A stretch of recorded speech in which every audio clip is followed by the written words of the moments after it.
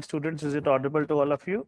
Yes. Good evening, all of you. Good evening. Good evening, all of you. Good evening, everyone. So, myself, Iqbal Singh, and my esteemed colleague, Dr. Sushant Verma. Pleased to meet you all. And we are conducting, as you all know today, we are conducting a PSIR workshop in order to help you make a reasoned choice regarding the choice of your optional paper. Generally, as you are all very well aware, when you are on your civil services preparation journey, one very important question which bothers you is that which option you should opt for. And there are many questions which you may have regarding the optional paper: which optional is most scoring, which optional you are more interested in, which optional is easy to cover, which optional will also give you a competitive edge in your GS papers. Many such queries may be bothering you. So therefore, we have decided in the institute to conduct a PSIR workshop, optional workshop. In this 2.5 hour workshop today, we will try and make sure that we are able to address all your queries regarding this optional paper, political science and international relations. So this entire workshop students would be divided into 3 sections. We're going to have an elaborate workshop with you in which you will be able to, confidently decide that whether you want to opt for this optional paper or not, and if you want to, then what should be your strategy, how you should cover it. All of that we will try and address in this particular workshop, and we'll try and share our experience, years of experience with you. So 3 parts of the workshop is there. In the first part of the discussion, we are going to have a general discussion over PSIR. Why choose PSIR optional paper? What are the strengths of the PSIR optional paper? What is the nature of the paper? What approach you should have? How do we cover PSIR optional in our institute here? What approach we follow while helping you prepare for PSIR? That we will do in the first section of the workshop. Then the second section of the workshop, as you all must be very well aware, students, that the optional paper has 2 papers: PSIR paper 1 and PSIR paper 2. Paper 1 is also for 250 marks and paper 2 is also for 250 marks. So then in the second section of the workshop, we will have a discussion on PSIR paper 1. So Sushant sir will discuss with you. Dr. Sushant Verma, he is a faculty for PSIR paper 1. He will share his expertise with you. He will help you understand the syllabus of PSIR paper 1, and also he will teach you a topic. We've decided to teach you a topic. We'll teach you a topic of PSIR paper 1, a small topic, small discussion, and then we'll also discuss a previous year question from PSIR paper 1 so that you can get a good hang of the things that what PSIR paper 1 is all about.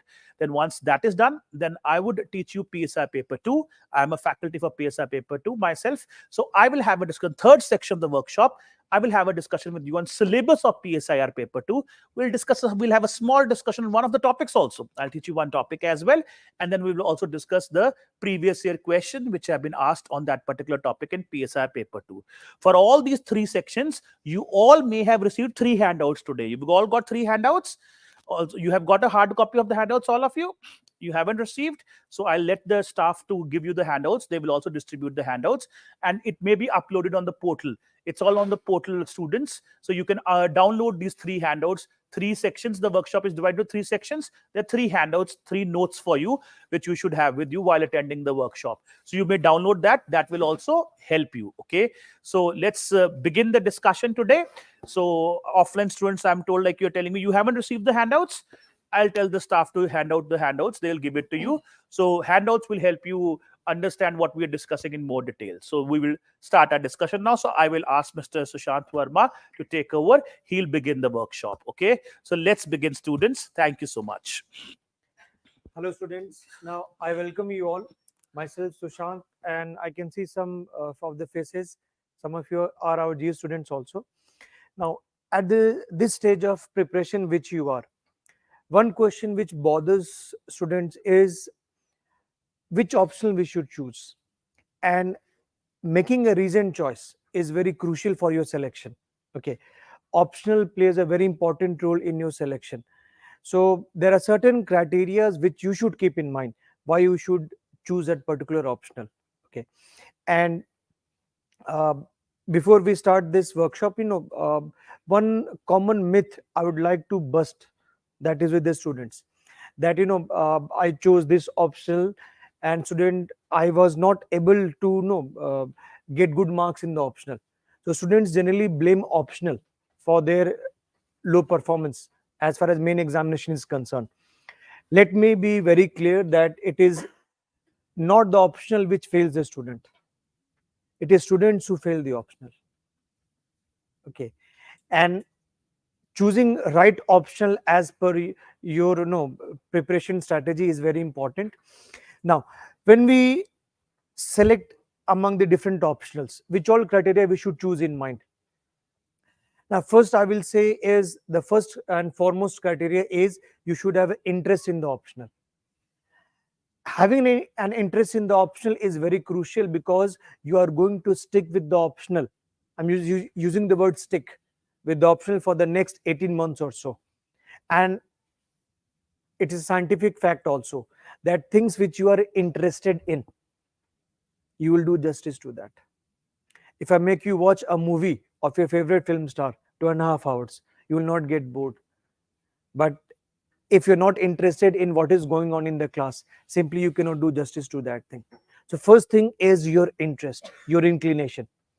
Second thing is you should have a rational mind, how to interconnect different sections of the optional, how to interpret the PYQs, how to attempt the answer writing. Keep in mind that optional is a part of your mains, and in mains your selection will depend not only on how much you know, but how you are writing, what you are writing in those 180 minutes in the examination hall. That is going to decide your selection. And third thing is I will say is how you that optional will help you know in GS also. So three main criteria I'm repeating. First is your interest and inclination. Second is your ability to understand the different aspects of the optional, from the concepts to that of advanced understanding, along with answer writing. And the third point which I emphasized is how that optional is going to help you in other sections of the GS. Now, in all these three criteria, we find PSIR optional, political science and international relation optional, is one of the most sought after optionals. Now, students generally go by the marks tendency or the success rate, if I say objective analysis. And on that analysis also, you find that PSIR is one of the best performing optionals. All of you don't go by what I say. You can look into UPSC's website also. Every year, UPSC presents an annual report to the President of India. In that, you can see how many students chose PSIR optional and what was the selection ratio. It is one of the best as far as different optionals are concerned. So on that count also, if I go by your criteria of what is the performance of the optional, PSIR performs really well, reasonably well. And let me tell you that the background of the candidate is not that important as far as PSIR optional selection is concerned and performance in the optional is concerned. You can go to the UPSC's data also, that many students who are from non-humanities background, particularly science, engineering, mathematics, and other non-humanities background, they perform well in PSIR optional. And the why they perform well is that they stick to what is asked by the teachers in the class. Conceptual clarity, develop answer writing habit, and then give your best to the optional. Now, political science optional, if I straight away come to the third criteria, that why political science optional will help you ace the examination in a better way. One crucial aspect is that political science and international relations, it covers a lot of dimensions of your GS syllabus. In fact, if you look at the essay paper, if I start with the essay paper, the very first which you will be writing paper in mains is essay. So when you go back, just look at the essay topics which have been asked. Essays, there are section A and section B. At least one topic has come from PSIR background. And students opting for PSIR background are very comfortable in answering those questions. Okay. So PSIR optional helps you in tackling the essay questions. Nowadays, most of the essay questions are philosophical questions. So that helps you in that way. Second is if you see the tendency of scoring marks in optional. Okay. Why I say that optional plays a crucial role in your selection. See, each paper of optional is of 250 marks. So are GS papers 1, 2, 3, and 4. Now, in no two GS papers you can score 300 plus. But in optional, you can easily score 300 plus. So getting 300 plus marks in optional, and even if you get average in GS papers, you are at least bound to get an interview call. That is guaranteed. So scoring 300 plus marks in optional is easy as compared to any two GS papers you point out. I'm sure that many of you are GS students, you will be gradually appreciating what I am saying. So two papers of optional help you score 300 plus marks.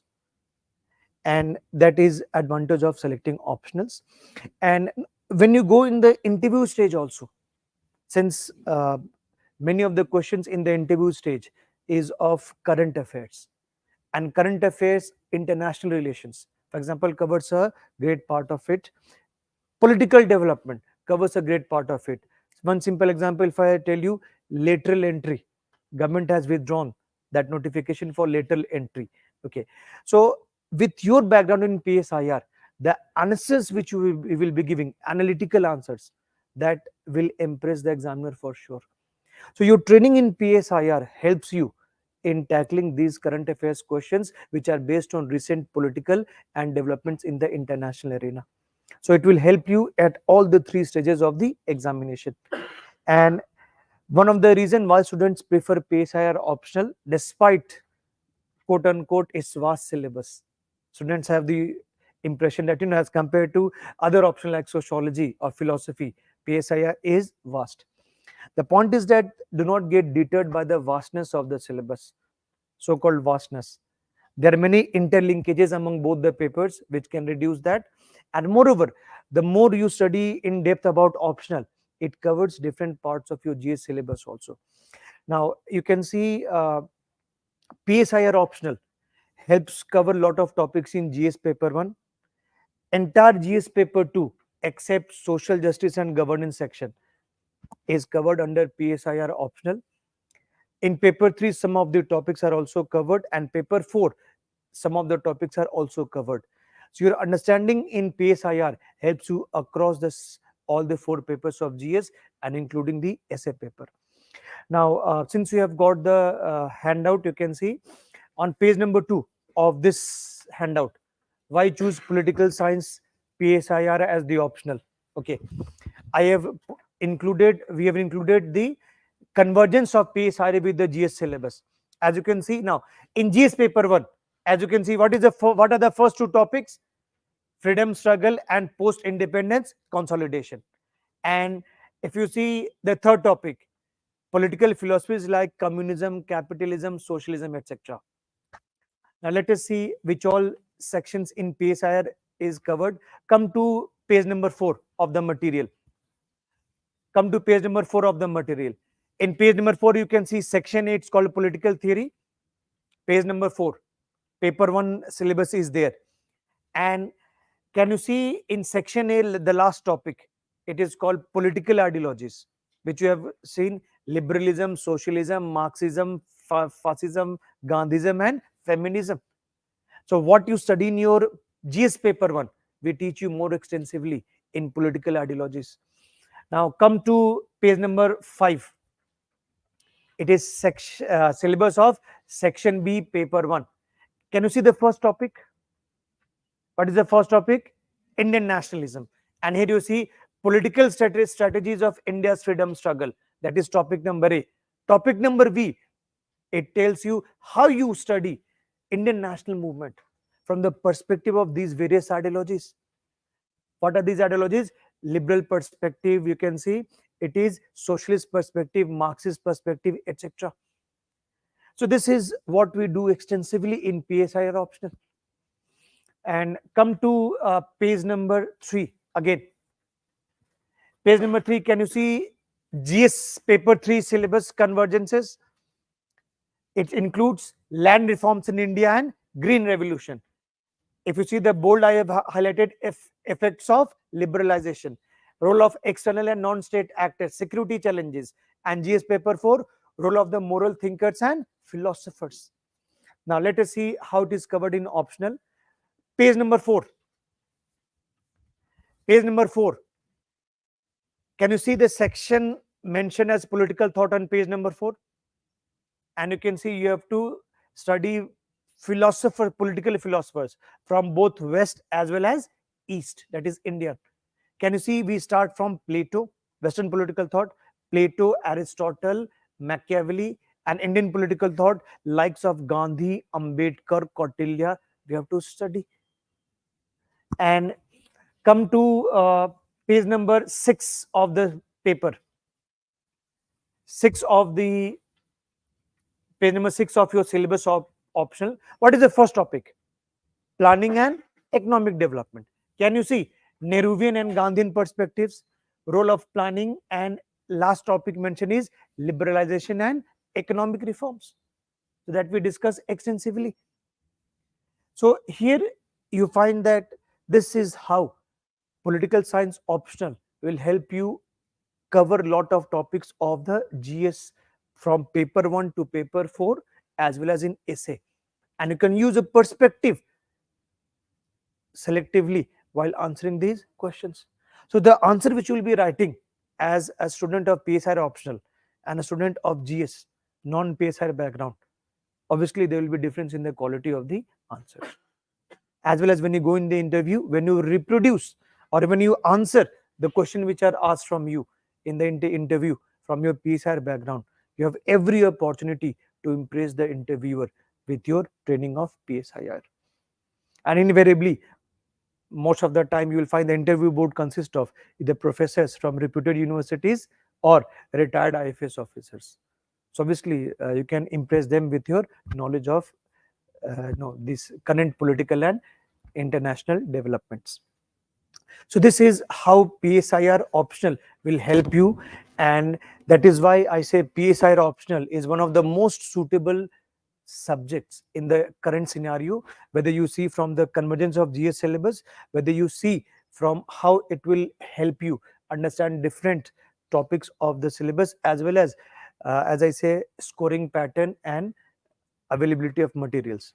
Political science optional is one of the best, especially for the students with non-humanities background. Now I will ask Iqbal sir to focus more on what will be the special salient features of our course here. Sir, please come.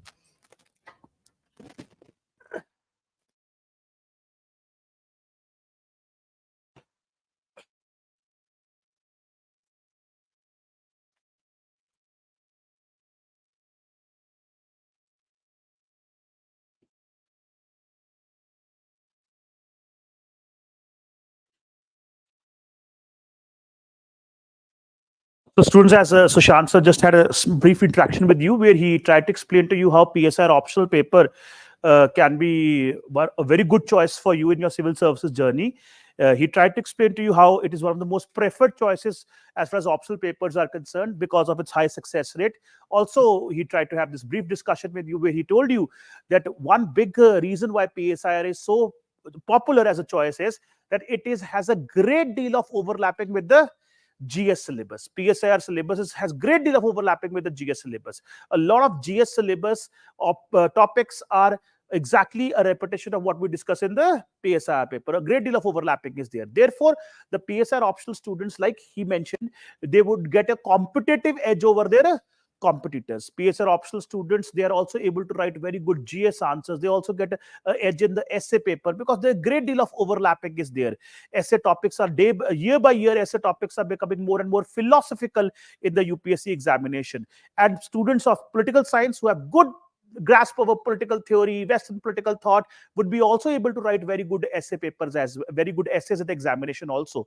Also ethics, you are all very well aware, GS paper 4, which is the ethics paper. In that also your knowledge of Western political thought, your knowledge of political theory will help you write very good ethics answers also. So because of this great deal of overlapping with the PSIR syllabus and the GS syllabus, the success rate of the optional has been so good. And a lot of you may be having these queries that, sir, I like this optional paper, I want to opt for this optional paper. My query is that syllabus is very lengthy, syllabus is bulky. Yes, you are right. The syllabus of PSIR optional is not one of those optional papers which has a very short syllabus. It has a lengthy syllabus. But then you also must understand, students, if you invest energy into PSR optional paper, if you do that syllabus properly, this will give you a competitive edge in your GS papers and the essay paper also. Therefore, PSIR students, they don't get good marks only in the optional paper. They also end up getting very good marks in the GS papers and the essay paper as well, which would overall propel them into the selected candidates, which would propel them, which would act as a catalyst for the selection in the examination. So that is why this, rather than becoming the problem, this becomes your asset, because you cover a lot of topics in this optional, which would also give you a competitive edge in your optional, in your GS papers as well, and an essay paper, and even interview stage also. Also, a lot of you may be having these doubts that, sir, it is dynamic. A lot of you have this problem, sir. PSIR is dynamic, because a lot of topics in the PSIR syllabus is related to current developments, and that also may put in some amount of skepticism in your mindset, that because I'm not very comfortable with newspaper reading and current affairs, and in PSIR also there are a lot of dynamic topics, so this will make it difficult for me. Students, I must tell you, there are no shortcuts to clear this exam. If you have that impression in your mind that you can clear this exam through a jugaad solution or through a shortcut solution, which we Indians are very comfortable doing, we need jugaad solution for everything. You can try your luck, you can try your best, will not find a jugaad for UPSC. There is no jugaad to qualify UPSC. For UPSC, you have to go through the grill. You have to go through the grill. You have to, put in those hard hours to clear this exam. So only those students would qualify who are reading the newspapers. The ones who are not reading the newspapers, they anyways do not could stand a chance. They're already behind in the competition. So PSIR optional students, because the PSIR paper is dynamic, a part of the certain chapters of the syllabus are dynamic. Therefore, PSIR optional students, they develop this good habit of reading the newspaper, because we would encourage them in the classes on a daily basis. They would meet us and we would tell them to read newspaper and read these parts of the newspaper. Therefore, PSIR students, they develop this good habit of reading the newspaper. This good habit which they develop, this also benefits them in their other parts of the examination, GS papers also. And anyways, you have to read the newspaper. There is no escape from reading the newspaper. So PSIR students, they develop this good habit of reading it. They develop the interest of reading it, because every day we are going to have discussions on topics related to current developments and the PSIR optional. So this also acts in their favor. These are the reasons why students, this becomes the most preferred choice. These are the reasons, students, why PSIR becomes one of the most successful optionals which we have in the civil services preparation. So this is what you also discussed with Sushant, sir. And I also reiterated the same points. Now, before we head on to like I told you, we will have a discussion on PSIR paper 1 and PSIR paper 2, and we will also discuss the syllabus of both the papers, and we'll also discuss previous year questions from the PSIR papers, and also devote some time teaching you a topic of paper 1 and topic of paper 2. Before we move into that direction, I would just briefly tell you for your information that the way the PSIR paper which we conduct in our PSIR classroom program which we have in Wajiram, what are the main features of that particular classroom program? That you're going to stay here with us for 6 months in this PSIR classroom program. What all are we going to do in that 6 months, and what do we also expect from you in these 6 months? So as far as this particular our PSIR classroom program is concerned, first of all, our aim always have been to provide you a one-stop solution. One-stop solution, students. One-stop solution would include teaching, helping you understand the topics, providing you class material, study material, notes, and also helping you develop answer writing skills. Students, what is happening now? Pattern of the exam is changing, and only those students who succeed in UPSC, the ones who are not reactive, but the ones who are proactive. I hope you understand the difference between being reactive and proactive. Reactive is somebody who waits for the disaster to happen and then reacts, and proactive is someone who preempts the problem which may happen and therefore prepare in advance. So there's a change in UPSC pattern which is happening these days. What is that change? The gap between the prelims paper and the mains paper is reducing year by year. There used to be a gap of 4 months between the prelims and the mains. Then it came down to 3 months. Next year, if you are aware, calendar is already put on the UPSC website. Next year, the gap between the prelims and the mains, do you know how much it is? Only 2.5 months. And a lot of students, they have this flawed concept in their head that let me just attend classes now. Answer writing practice I will do after prelims. You tell me, do you think 2.5 months would be sufficient to do that? develop answer writing capabilities, writing all the test series and also revising and studying. No, not sufficient. 2.5 months would not be sufficient. And you would not be able to do this. So instead of procrastinating to post prelims scenario where you start writing, we understand here that answer writing should be an essential component of the course itself. While attending the PSIR classroom program, you should get training of answer writing also. Therefore, I'm saying one-stop solution.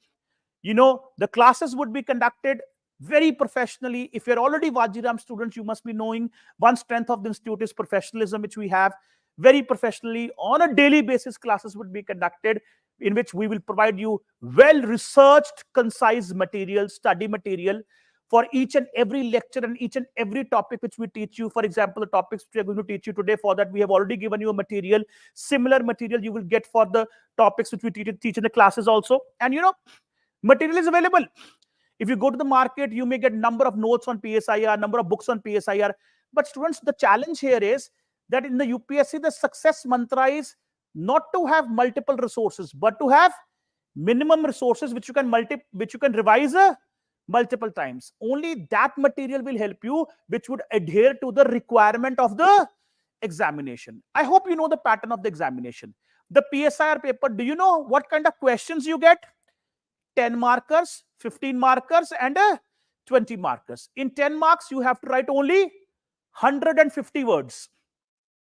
In 15 markers, you may write up till 250, and in 20 markers, you may write up to 300 words. That is all. So there's a strong word limit, time limit, space limit. Because you have to attempt 19 questions in 3 hours, time limit.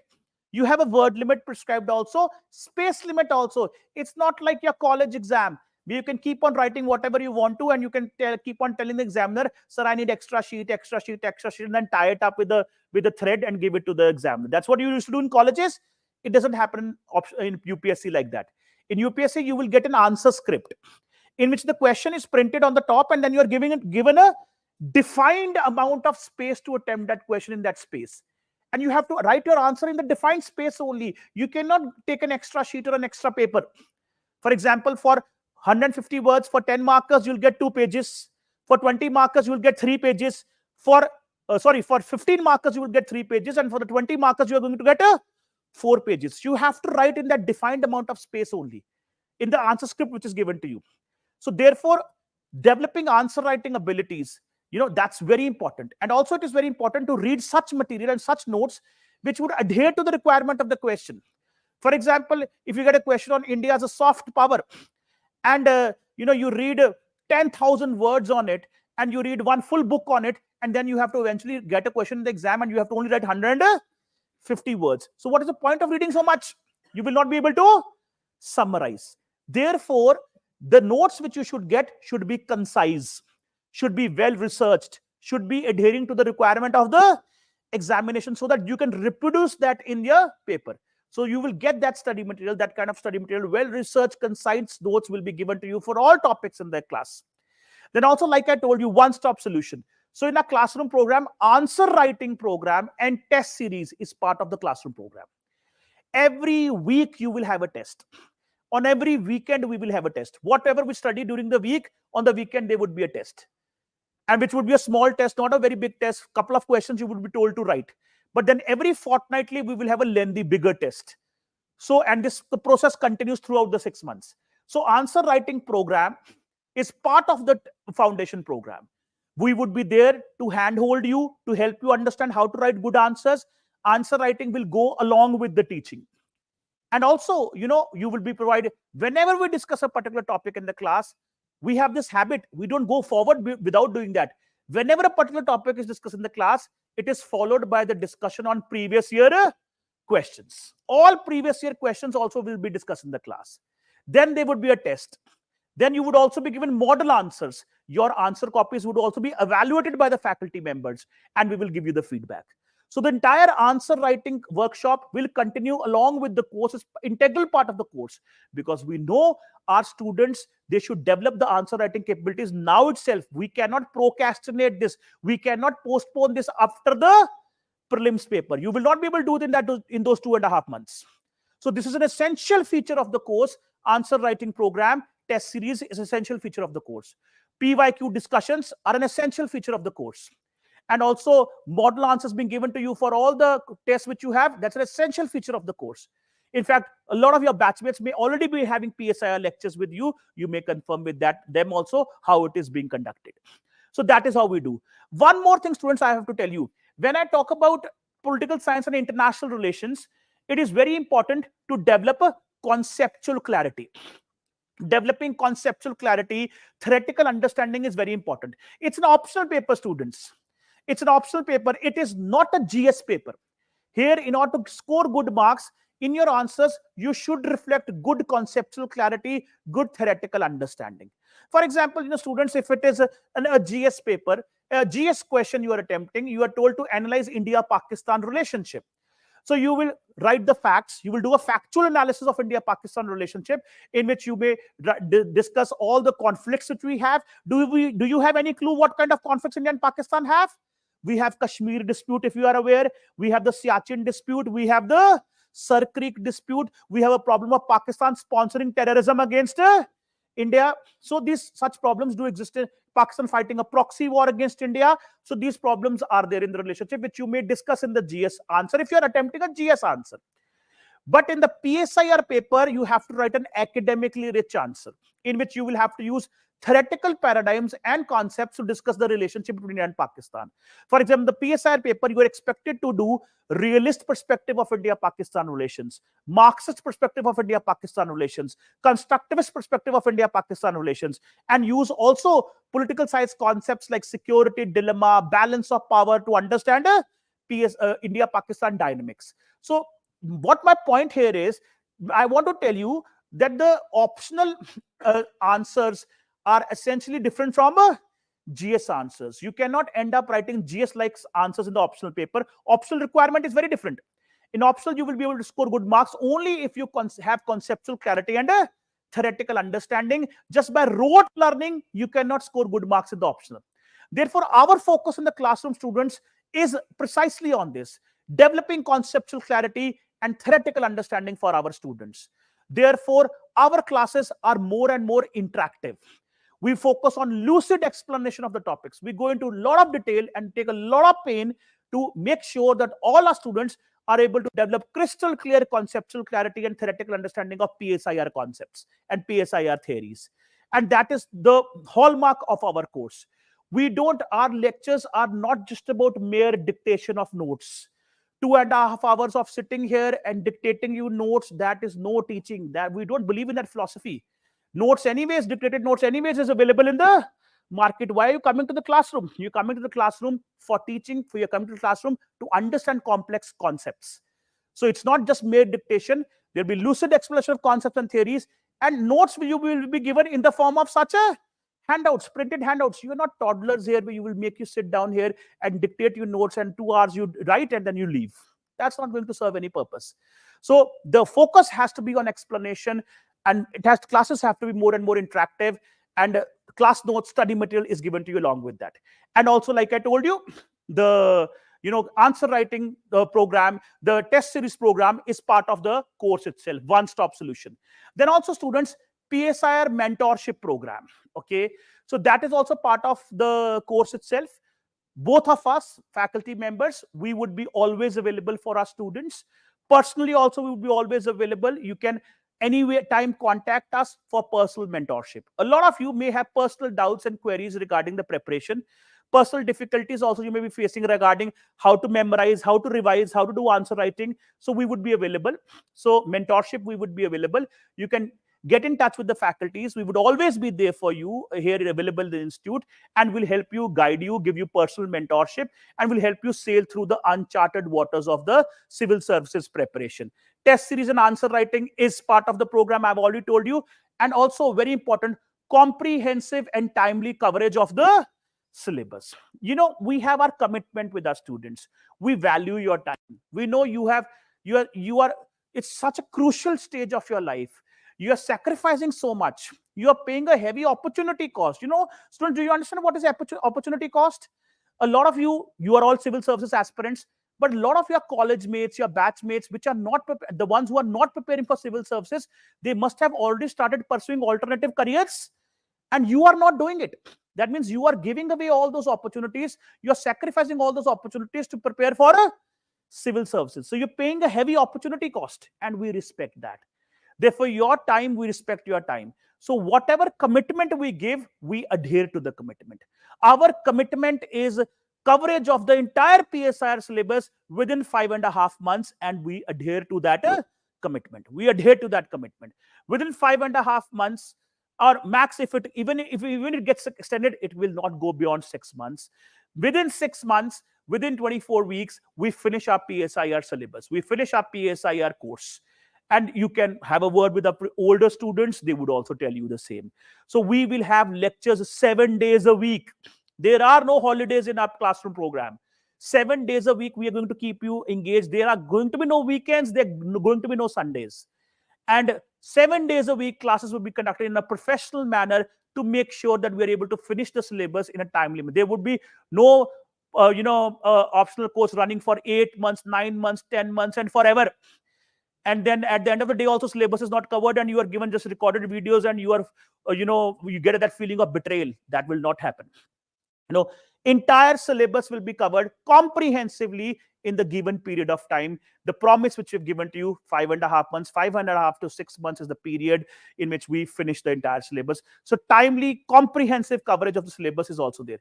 Also, students, there is a lot of interlinkage between paper 1 and paper 2. PSI paper 1, PSI paper 2 are heavily interlinked. That also we keep in mind while teaching. We synchronize the teaching in such a manner that you are able to connect the topics of PSI paper 1 and paper 2. We do not want you to put these topics into watertight compartments. We want you to develop an interdisciplinary approach to write academically rich answers in the examination. We want you to link, if Sushant sir is teaching you Hobbes, Locke, Rousseau, Marx, Plato, Aristotle, I want you to understand how these Western political thinkers you can also use in your analysis of international relations. That synchronization we do in our teaching. Also, like I told you, there have to be there are interactive classes. Our class series are not a monologue. It is not a monologue. We will not let it be a monologue. It has to be a dialogue between the teacher and the students. And our batch strengths are also managed in such a manner that we are able to interact with all the students. Batch strengths are managed in such a manner. We do not have this, batches which is like a movie theater. No, not at all. We're going to have a batches like a classroom, which is a classroom where there is a limited number of students, and this teacher is also able to interact with them. It should not be as if you've gone to a stadium to watch a cricket match. Not like that. So that is also something which we make sure, interactive classes. And also 375 hours of lectures. That means more than 150 classes we are going to have with you. Each class will be 2.5 hours each. 2.5 hours each. There would be no extra classes. The commitment is one class every day, no holidays, syllabus finished in the timely manner, in a comprehensive manner. So more than 150 lectures we're going to have with you to cover the entire syllabus. And also, like I told you, it is a dynamic optional. So a lot of you may be having a lot of doubts that, what about the dynamic nature of the paper? So that also we'll tackle. We will make sure in the class that we also provide you notes for the new developments which are happening, which are relevant to PSIR. So updated extracts from the journals, from the magazines, from the articles of newspapers that are also made part of our class notes. So that whatever new developments are happening, for example, right now, you all are aware, a political crisis has emerged in our neighborhood. Which country? Bangladesh. How will this have an impact on India? This will be discussed in the class itself. It will be part of the notes itself, which will be given to you. So updated class material, well-researched, concise class material, all of this is provided to you, and lucid explanation, no dictation, stat test series part of the program, answer writing workshop part of the program, mentorship part of the program. So that is how we intend. Our aim is to provide a one-stop solution for you to help you prepare for PSIR. So that is what we intend to do. So students, this ends our first section of the workshop. Now in the remaining time, what are we going to do? I've already told you. Sir will have a discussion with you on the syllabus of PSIR paper 1. Then he will teach you a topic from paper 1 and also discuss a previous year question. Then I shall come back after that discuss PSR paper 2 syllabus with you, just give you a brief introduction of all the topics of PSI paper 2, discuss a topic, and then also discuss a previous year question, and then we will open it for Q&A session, all of you. Okay, clear to all of you? So you're ready for this section, next section now? So I would invite Sushant sir again to have a discussion with you on PSIR paper 1. He will discuss with you the syllabus of PSIR paper 1 and a topic as well. Sushant sir, you may take over. Thank you, Iqbal sir. Now, as all of you are aware that any optional has two papers, paper 1 as well as paper 2. Likewise, in PSIR's optional also, we are going to have both paper 1 as well as paper 2. Now, if I talk about this PSIR syllabus, now PSIR syllabus is paper 1, that is political science, and paper 2. And both papers are divided into two sections, section A as well as section B. So I will focus on optional paper 1. Iqbal sir will discuss about paper 2. Now section A and section B. All of you are having syllabus in front of you. You can refer to page number 4. Okay. You can refer to page number 4. Okay. Now, paper 1 section A, it consists of political theory. It consists of political theory. And section B, it consists of Indian government and politics. Indian government and politics. Now, political theory, basically, for the sake of simplicity, if you see the syllabus, there are 10 topics in section A. You can count the bullets, 10 topics in section A and 11 topics in section B. Total 21 topics are there. And likewise, paper 2, section A. Section A has 11 topics, you can see, and section B has, I think, it has 8 topics. Okay, let me confirm. Yeah, section B has 8 topics. Okay, section B has 8 topics. Now, if you see the total number of topics, 21 and 19, 40 topics. But if you see, as Iqbal sir told you, that we focus on interlinkages among different aspects of the syllabus. Let me tell you how we develop the interlinkages. All of you, can you look at page number 4? What is the second topic mentioned in section A? Theories of state. And on page number 7, it starts with section A of paper 2. What is the second topic? State in comparative perspective.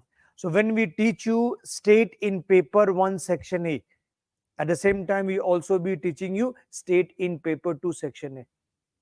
Okay. Now in page number 5 you can see, now sorry, page number 7, if you can see.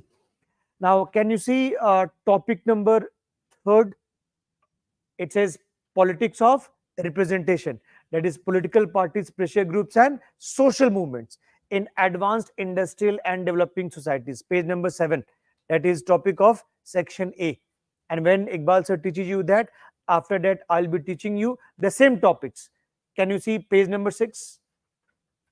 The page number 6, the from top, the 3rd and the 4th bullet is it about party system in India and about social movements in India? Yes. So that way we will be teaching these topics in an interlinkage way, so that the number of topics gets reduced and the so-called fear that optional is vast. If you prepare in a strategic manner, optional this gets condensed, and that's how we intend to teach you. Now in section A of paper 1, if I say for simplification, section A of paper 1, we discuss broadly 3 main topics. First is political thought. Political thought, in which we have to discuss the Western political thought as well as Indian political thought. Then we discuss political ideologies, and then we discussed concepts for sake of simplification. Now, political thought, Western and Indian. What is political thought? Political thought is basically the reflection of a thinker about political developments of his or her age. And your syllabus expects you to study both Indian and Western political thought from ancient till the modern period. Ancient, for example, ancient Indian, ancient Western political thought. We'll start our syllabus with Plato.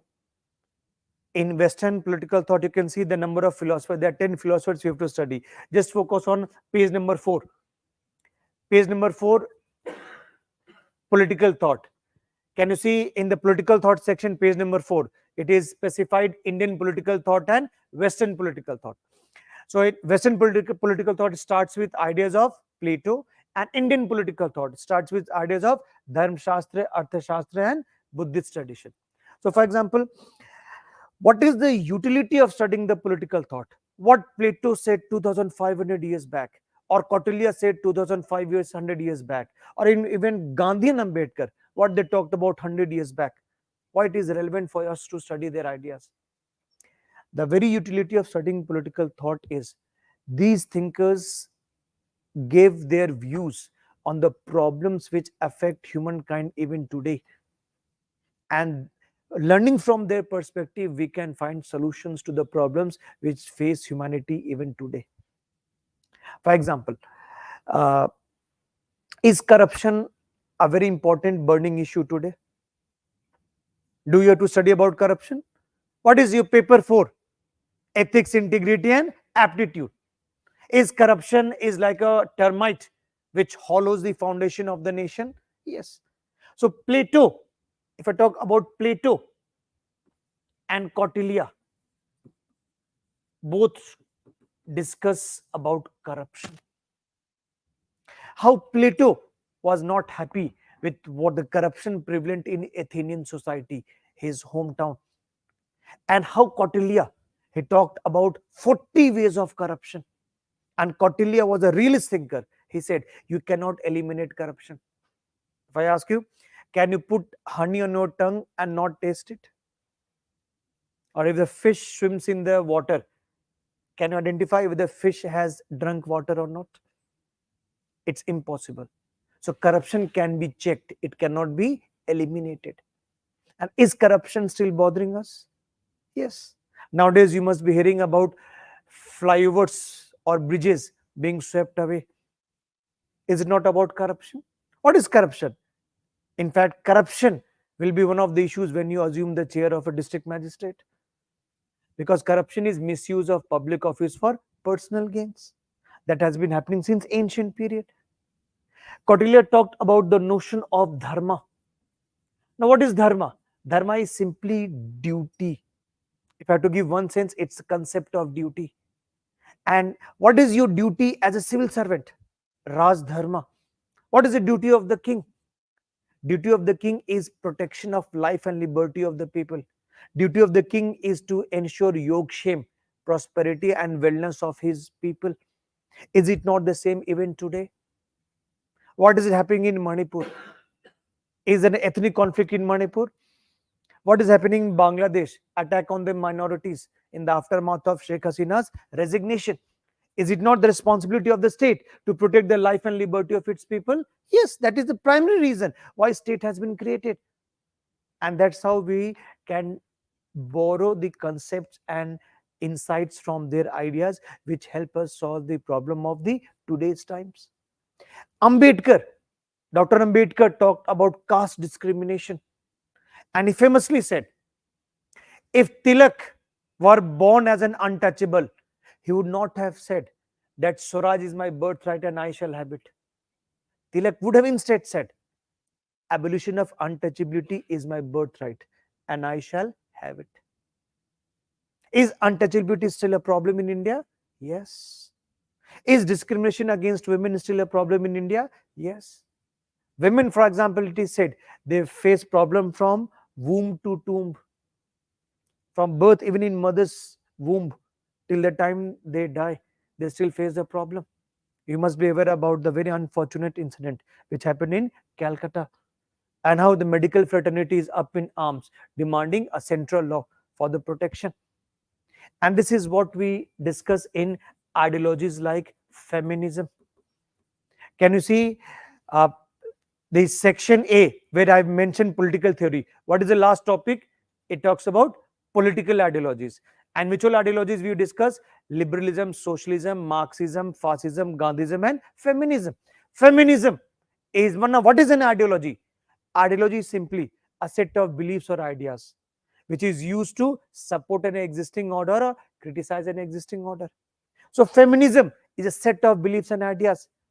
And feminists say women are disadvantaged right from the birth, from womb to tomb. Have you heard about Sati? Forgive Sati. Who banned Sati in India? William Bentinck. Now, Sati, that if a woman husband died, she was expected to sit on the funeral pyre of her husband. Was the reverse true? Was the reverse true? That if a person's wife died, he would have to sit on the funeral pyre of her husband? No. Why these standards are for women only? Across time and space, women are discriminated.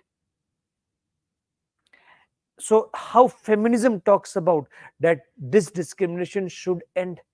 Imagine all of you, you're qualifying for civil services, and a woman IPS officer and male IPS officer. Have you heard the name of Kiran Bedi?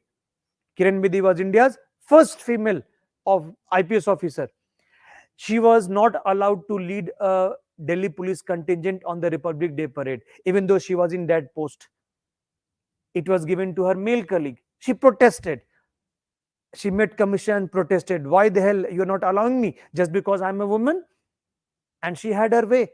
She led the Delhi police contingent in the Republic Day parade, saying that women, if given equal opportunity, can be at par with men, and if not, they excel also.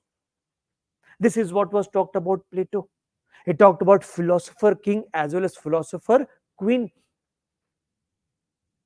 So why there's a discrimination against women? Now, US is going to have its presidential election. US is the world's oldest democracy. Has US ever had a female president? No. Last time a female candidate contested the election was in 2016, Hillary Clinton. But US, the world's oldest democracy, has never had the women as a president. Who knows, this might change this year. So point is that, is it not discrimination against women? If a woman is appointed as a CSIR chief or an IIT Madras chief, it makes the news. But a man is appointed, it doesn't make the news because it is expected. Out of the 34 Supreme Court judges in India, how many are women? Just 3. Why country had to pass 106th Amendment Act, giving 33% reservation to women? Why 33%? Women are 50% of India's population. Why not 50%? That is a patriarchy. That is a scheme of the men to keep women in the background. That's what feminists will say. That's what we will be studying in political ideologies. Gandhi's ideology, Gandhism. Marx's ideology, Marxism. Marxism says, who controls power in society? The propertied classes. So whatever is the policy of the government, it is to benefit the propertied classes and not the masses. That's what Marxism will say. Who controls Indian government as per Marxist perspective? The capitalists of the country, Adanis, Ambanis, Tatas, etc. That's what a Marxist will say. And all policies are to suit them, their interest. So this is what we'll be discussing in political ideologies. Now, political concepts. See the political concepts. For example, starting from third, can you see page number 4, section A, political theory, starting from third bullet. What is the third bullet? Justice, then equality, then rights, then democracy, then power. Now, if I ask you India's preamble to India's constitution, what it says? We the people of India want to solemnly resolve to constitute India into a sovereign, socialist, secular, democratic republic, and to promise to its citizens justice, liberty, equality, fraternity. The idea of liberty, equality, and justice were three slogans which inspired French Revolution. Equality. Do we have India? We have political equality? Yes. One person, one vote, one value. So whether you are man or woman doesn't matter. Value of your vote will be one. Whether you are a black person, whether you are a white person, the value of vote is one. But if we leave political equality, go for social and economic equality. Is there social economic equality in India? Socio-economic equality in India? No. Dalits are still discriminated. Women are still discriminated in India. And economic equality. 1% of India's population commands 58% of national resources. Great inequality in India. The point is that that's why Dr. Ambedkar said Indian democracy is only a political democracy. Unless India achieves democracy in social and economic sphere, Indian democracy will not be stable. Have you ever wondered why Maoism is a problem? Maoism is not only about political violence. Maoism is also about response to lack of development. Why even 75 years of India's independence, there are no proper infrastructure, no proper roads, schools, colleges, etc., hospitals in these backward areas. And that explains us why we need to discuss these topics. Justice. If you see today's statement, newspaper says government withdraw the notification for lateral entry. And government said Prime Minister is focused on ensuring social justice. That social justice, that at the high level also, there shall be broad-based representation across the caste and class communities. Reservation is a constitutional provision. And Prime Minister said, we are committed to social justice. What is the concept of social justice? If I say in simple words, it is about empowerment of the weaker sections. Those sections which have been historically disadvantaged, like Dalits, like tribals. And government said, we will ensure that the representation in the bureaucracy is also important. So government scrapped the lateral entry scheme. That is about justice.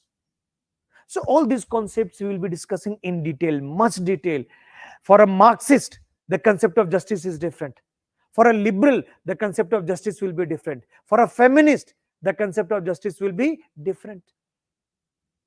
What does equality feminism say? Feminism say, radical feminism, for example, says equality should begin in the family itself. Then you talk about society. Because entire inequality in society, it originates in the family. Now, how many of you have a working woman, a working mother? Now, working mother. When your mother comes from office, does she prepare food? Yes. Your father also comes from office. Does he prepare food? No. He said, bring me a cup of tea. Why?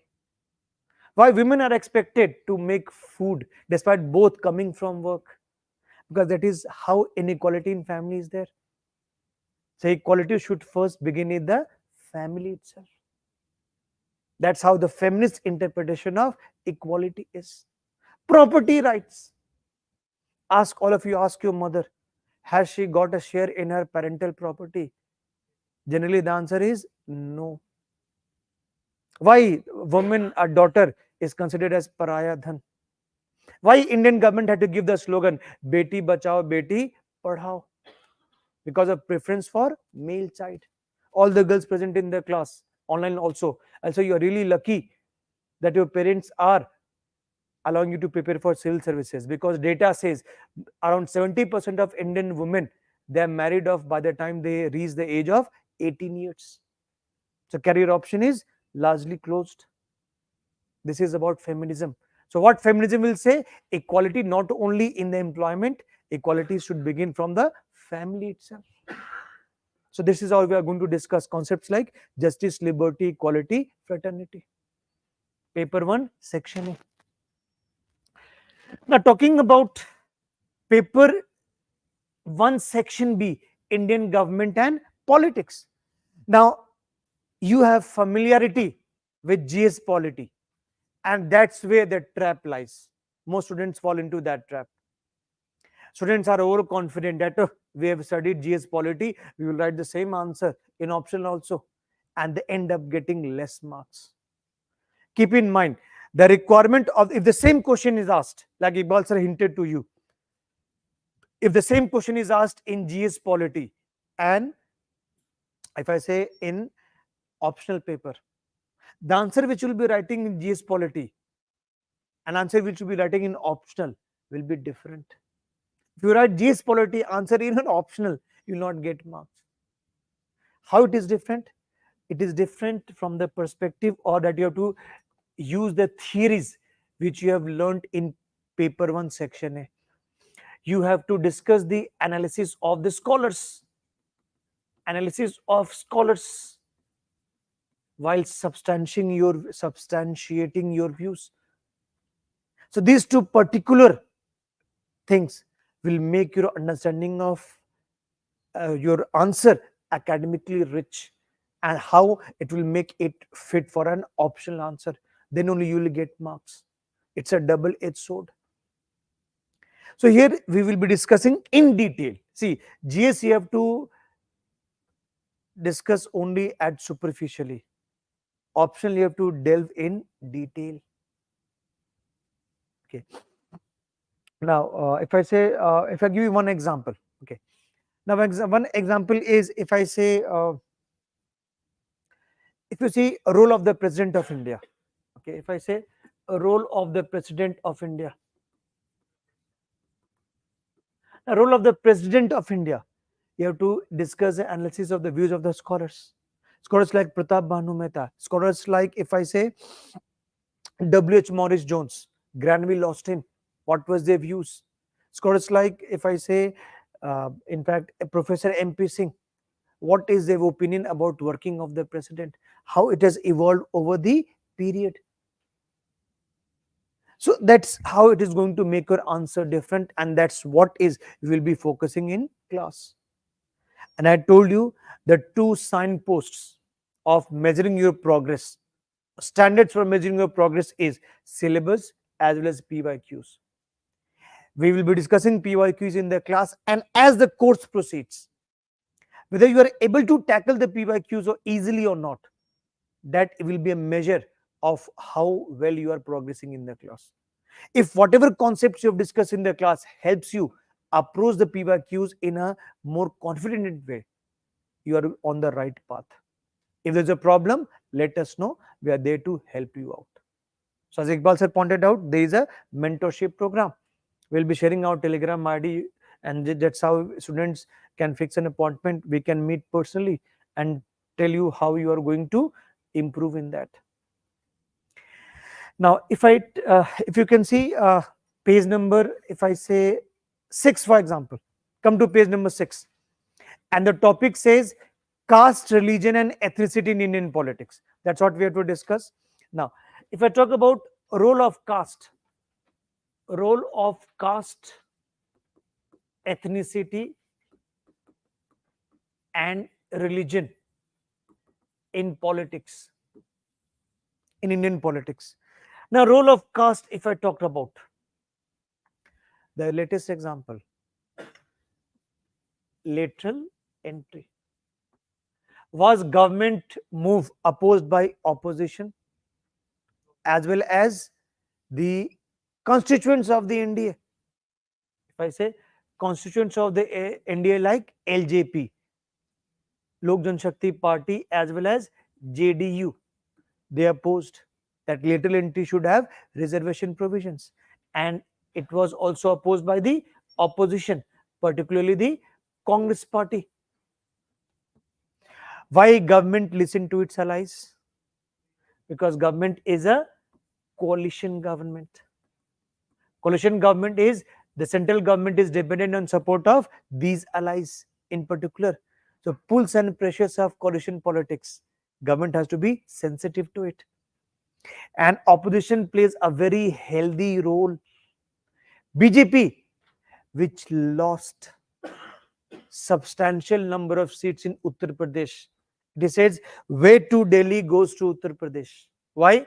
Because UP accounts for 80 seats. For the past two elections, 2014 and 2019, BJP secured 60 plus seats in UP. This time the number was substantially down. It is not BJP, it was Samajwadi Party, which became the number one in terms of Lok Sabha seats in Uttar Pradesh. Caste played a very important role. And BJP is sensitive that with state elections in Maharashtra around the corner, BJP should not be painted as anti-reservation party. If I talk about, is there a demand for Maratha reservation? Is a demand for Maratha reservation going on in Maharashtra? Yes. Mr. Patil, Manoj Jarange Patil, has been anybody from Maharashtra here? Okay. Has he been carrying out hunger strikes and agitations to give Marathas a share in the government jobs? He's saying include Marathas as the OBCs, which is opposed by OBC leaders like Chhagan Bhujbal. So Marathas are the dominant community. If you see the list of chief ministers of Maharashtra, 80% of them, more than 80%, have been from Maratha community. So Supreme Court struck it down, the Maratha reservation law, saying Marathas are not backward, not socially, economically backward. They are very dominant community. What is the need for reservation for them? But there's a public demand for that. And no government in power can afford to antagonize the Maratha community. If we talk about role of ethnicity in politics, if I say, for example, the role of ethnicity in politics, you must be aware about, I discussed about the Manipur issue, Meitei versus Kukis, Meitei community versus Kukis. In the 2019 Lok Sabha elections, BJP lost Manipur seats because there was a great anger against BJP government in Manipur. And how Kukis are demanding separate state. So this is how ethnicity is influencing politics. And religion, you must have heard about the speech of Prime Minister where he talked about Mangal Sutra. Or what was his speech on 15th August 2024 from the ramparts of Red Fort? Did he talk about UCC, Uniform Civil Code? Or what he talked about is secular civil code. When I teach you political party, BJP had three core agendas of BJP: Ram Temple, abrogation of Article 370, and imposition of Uniform Civil Code. The two agendas have been achieved.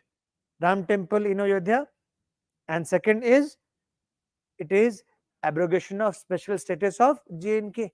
BJP says, how in one country there can be one country, two flag, two constitution, two prime ministers? And the slogan of BJP was one country, ek rashtra, ek pradhan, ek nishan, ek samvidhan. One country, one prime minister, one constitution, one flag. And BJP scrapped the special status of J&K. That was one of its core agendas, and that had repercussions in international affairs also. Iqbal sir will teach you about relation with China as well as relation with Pakistan. For last 5 years, India and Pakistan do not have ambassador level relations or high commissioners, so-called. Last 5 years. That is impact of religion in politics. UCC, Uniform Civil Code, same set of personal laws. Same set of personal laws for all communities in India. That will boost citizenship, that will boost unity. One nation, one exam. One nation, one election. NWT examination. You know this scenario. So this is what we are going to discuss. What are the views of the scholars?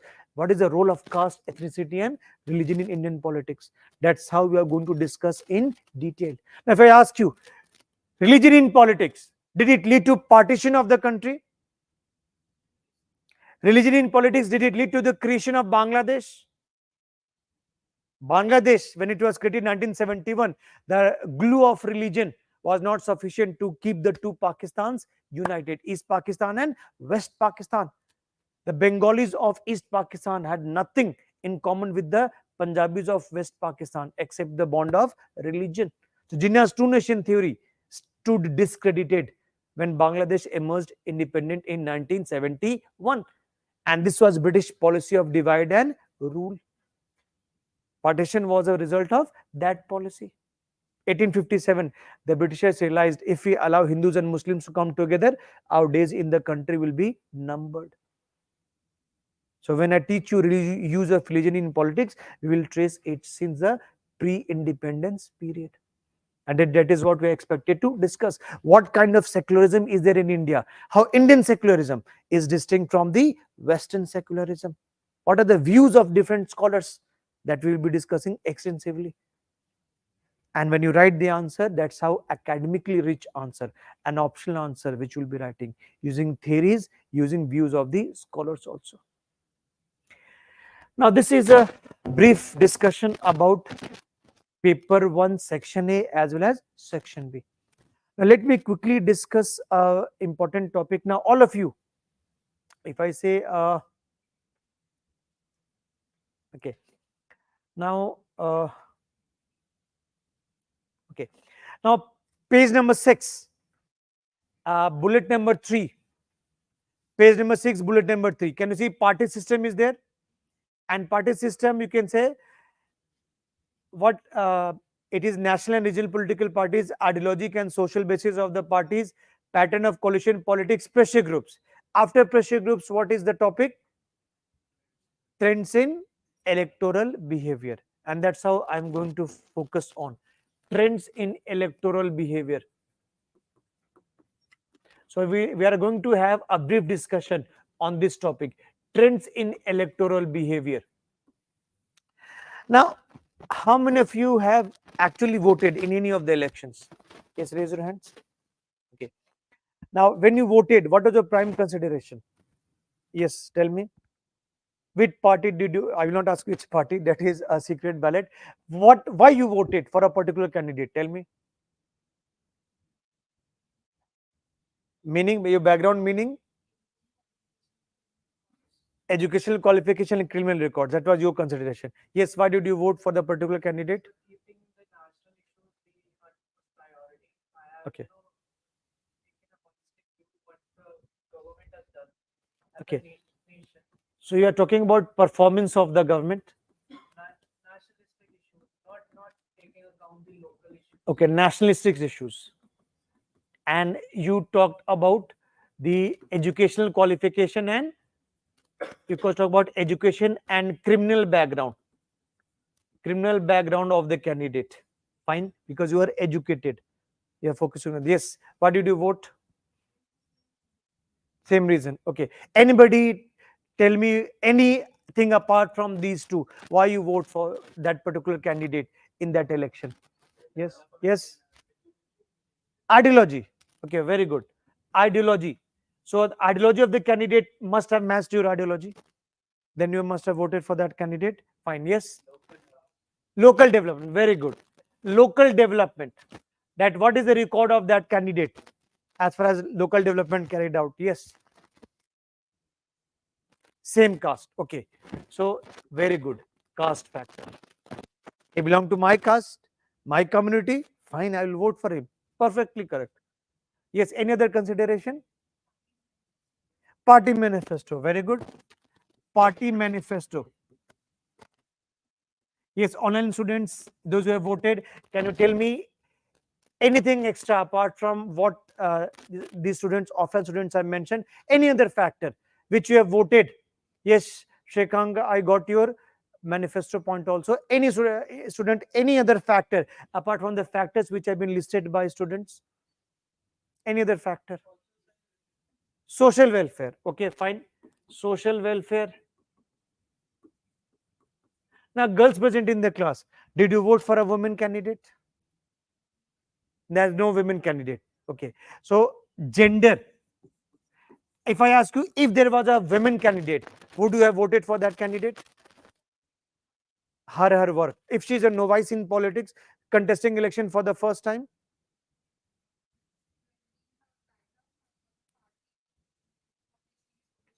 for the party, if she is working, you would have voted for that.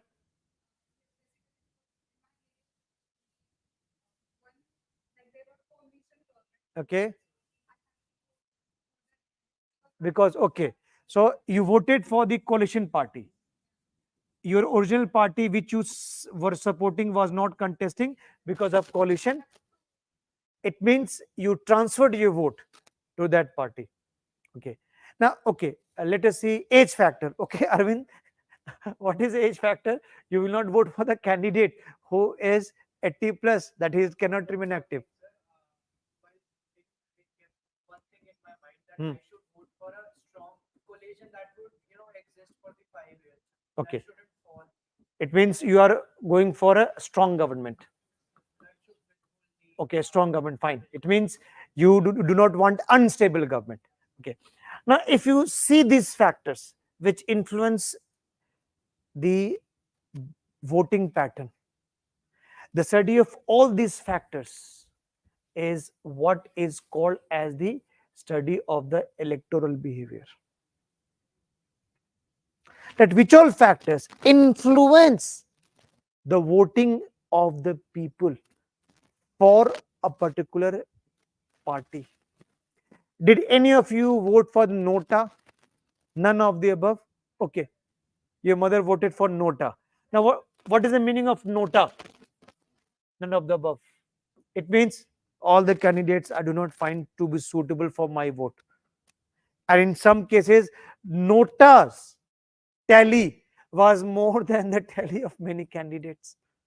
It means they were so unpopular.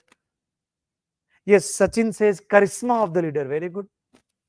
So you're impressed by the personality. I will not ask whose leader, which leader impressed you, but charisma. Yes, fine. That is a very good example that you voted for the. Sachin says, I voted for the charisma of that leader, the person who appealed me most. Maybe leader A, B, C, all of you know.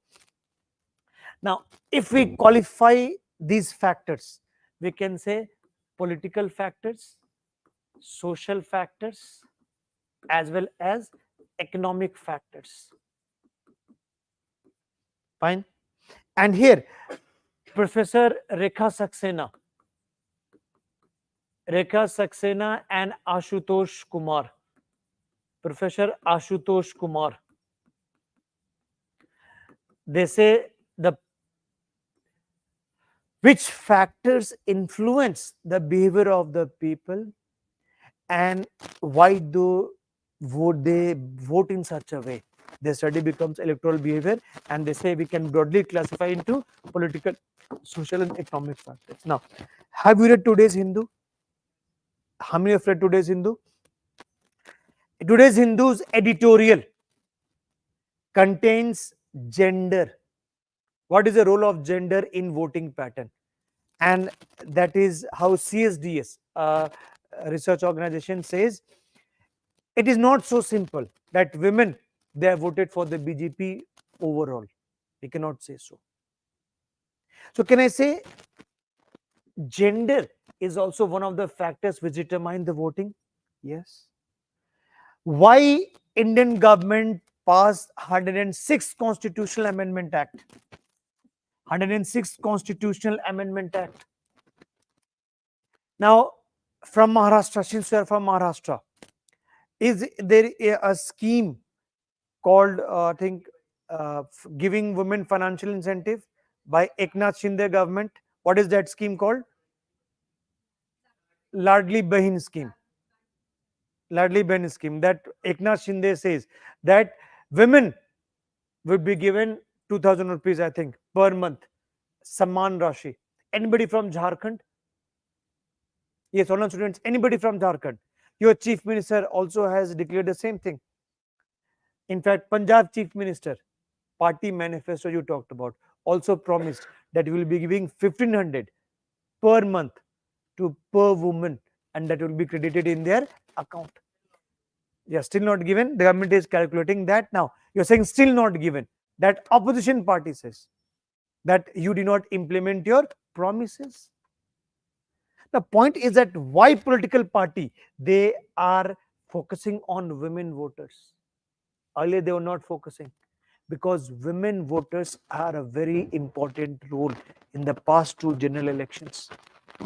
So welfare policies aimed at women, we can woo women. In Delhi, girls present in this class, you can simply hop in and hop out of the bus without paying the fee, because in traveling in buses is free in Delhi. Same is for Tamil Nadu. Anybody from Tamil Nadu? The Madras government has pink buses that women can simply hop in and hop out. Telangana, it is the same thing. Raitu Bandhu scheme in Telangana, it was for farmers. So here we find that this is how gender is one of the determinants of the voting behavior. If I talk about role of caste, there's one famous scholar whose articles you must be reading in Indian Express. That person is called as Christophe Zafrelé, very renowned scholar, Christophe Zafrelé. And Christophe Zafrelé says, when Indians cast their vote, when Indians cast their vote, they vote their caste. Exactly as you told. So caste is, Christopher Zafrelé, one of the top determinants of voting behavior in India. People generally vote, in fact, political parties, when they give ticket to the candidate, they keep in mind the caste composition of that particular constituency. And they give vote to the ticket to that candidate who population is sizable in that community. If we talk about the 2024 elections, why BJP lost heavily in Uttar Pradesh? Because opposition parties raised two issues. First issue was of constitution in danger. Constitution in danger, and associated issue was BJP is going to finish off reservation. So when Prime Minister had to say that I belong from an OBC community, how can I do with reservation? That was a late response by BJP. So opposition was opposition was ahead as far as convincing a significant number of electorates. That slogan 400 ke par. If BJP is given substantial majority, they may change the constitution. And that's why Rahul Gandhi was carrying the red book of the constitution. After he started carrying the sale of that red book increased. So point is how opposition was managed to impress the people in Uttar Pradesh in particular, that BJP may tinker with the constitutional scheme which gives reservation to the SCs and STs. The same issue did not have resonance across the border in Bihar. When I teach you role of caste in politics, Bihar and UP are the two Indian states where the role of mandal politics, mandal agitation was very significant. So how the political factors like constitution in danger, how it was it influenced the voting behavior, and in particular role of caste. I mentioned about role of religion. Prime Minister said, if Congress party comes to power, it will give away your Mangal Sutra to the minorities. And Congress says, Sabka Saath, Sabka Vikas. BJP government is anti-minority. So point is that religion, that's how the first, it is said that choice for the minorities was the Congress party or whichever party which was in position to defeat the ruling party. So religion also played a very important role. If we talk about in Punjab, the impact of religion in Punjab. Now in Punjab, there is a religious party called as Akali Dal. Akali Dal has lost the past two elections because Akali Dal could not prevent the desecration of Guru Granth Sahib. It's a very important issue. If we talk about the demand for Khalistan, two MPs from Punjab, they were so-called separatists and they have won elections this time. One was lost in jail in Assam. One was the son of killer of Indira Gandhi, who was later on hanged. So how these two people, two MPs from Punjab, they were branded as separatists, and how they won the elections because public thought otherwise. So religion plays a very important role in politics even today. If I talk about the social factors, economic factors, yes, somebody correctly pointed out employment generation. So unemployment, opposition was successful in making the issue of unemployment, that Modi government for the past 10 years could not generate sufficient employment. In Bihar, for example, the deputy chief minister, who was a leader of opposition, he said, "Give me vote, I will ensure 10 lakh jobs for you people." And as long as he was in power, he was pretty successful at that. Keep in mind, 50% of India's population is people like you, below 35 years of age. And you need to give productive employment to those people. So, unemployment issue. If I say inflation was one of the issue in the elections, Congress party said, what is the price of the cylinder? It is 1,000 rupees almost. And in Manmohan Singh's period, 2014, the same cylinder cost around 400 rupees. So 400 to 1,000. And government says that we are pro-poor.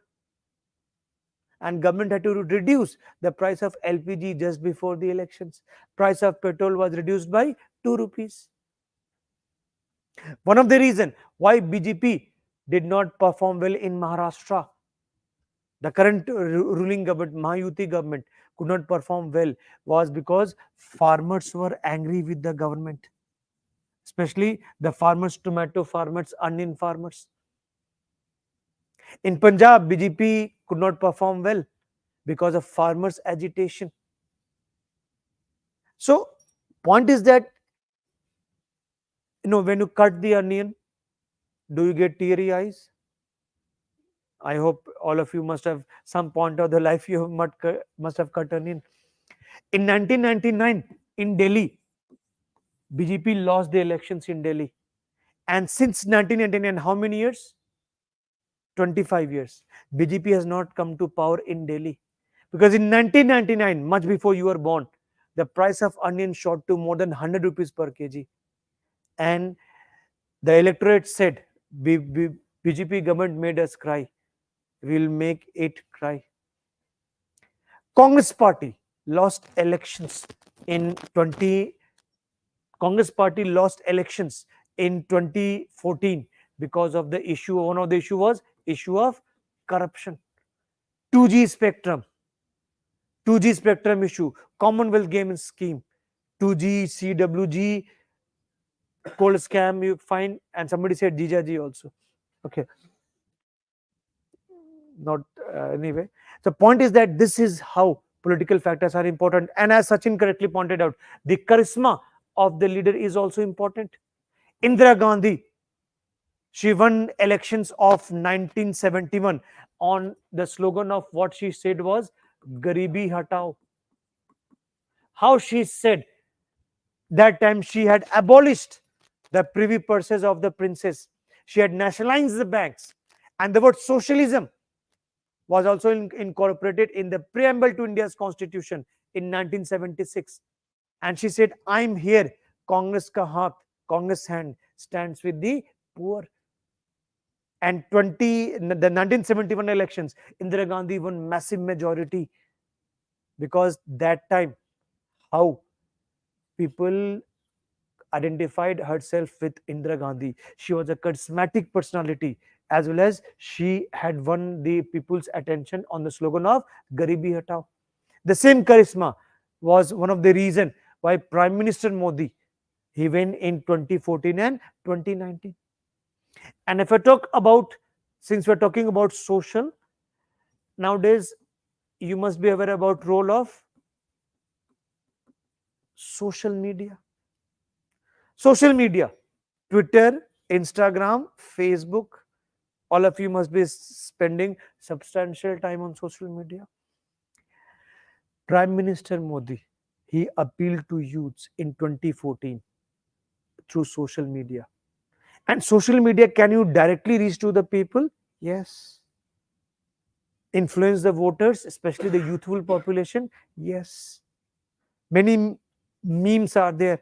For example, so every political party has its social media wing, which posts comments, which posts the videos, etc., to highlight, to bring the message of the party to the larger section of the people, especially youths. Youths are all youths nearly who have access to smartphones, they use media.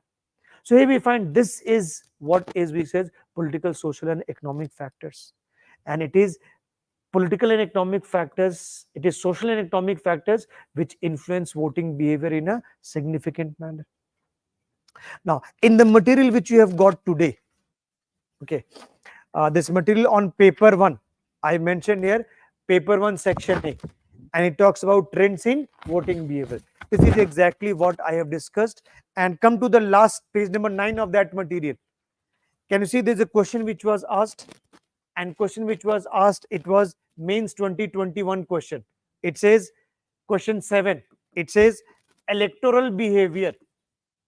It says the electoral behavior of voters is governed, electoral behaviors of voter is governed more by social and economic factors, social and economic factors than political factors, and question says explain. It was of 20 marks. So every question needs to have introduction, needs to have main body, and every question needs to have the conclusion. How you can start in the introduction? You can start by simply defining what is electoral behavior and linking it with theories in paper 1. I will teach you behavioralism in paper 1, that it was study of which factors influence people's behavior. You can straight away mention, and that is what is going to distinguish your answer from a GS answer.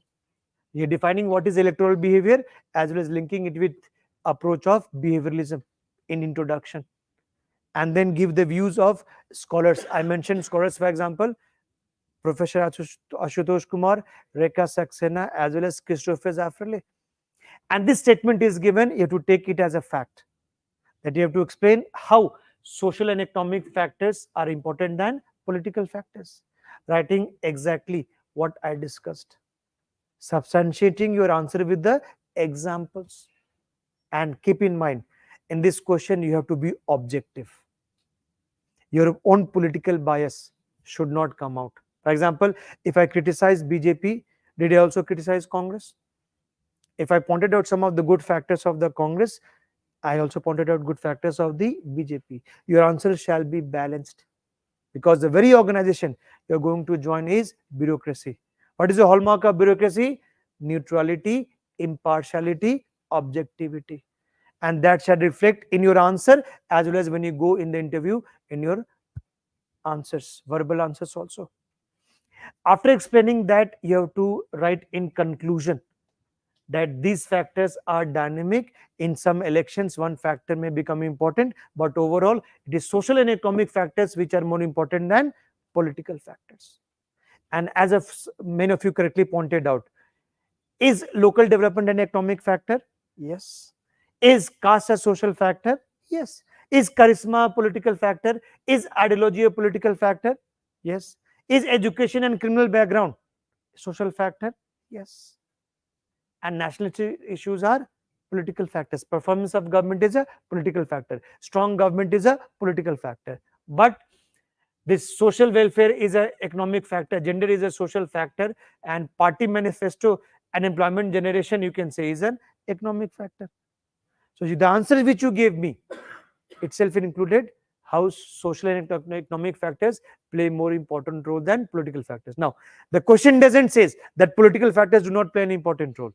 They do play an important role. But which is relatively plays more important role? Social and economic factors. That's what you have to write. And this is how we teach in class, interactive as well as explanation based. Okay. Now with this, I will stop here and I will request Iqbal sir to focus on paper 2. Yes. I had a question regarding the religion factor. Hmm. Sir, what made BJP lose the Ayodhya seat despite constructing the Two reasons: choice of the candidate. People say choice of the candidate was not candidate was unpopular, and second is how the people who are not happy with the redevelopment efforts where outsiders got a bigger share. It was less benefit to the local people. Two factors. first point, sir? In 2014 and 19 elections, BJP fought Mr. Modi's face. Yes. So why did this time same thing?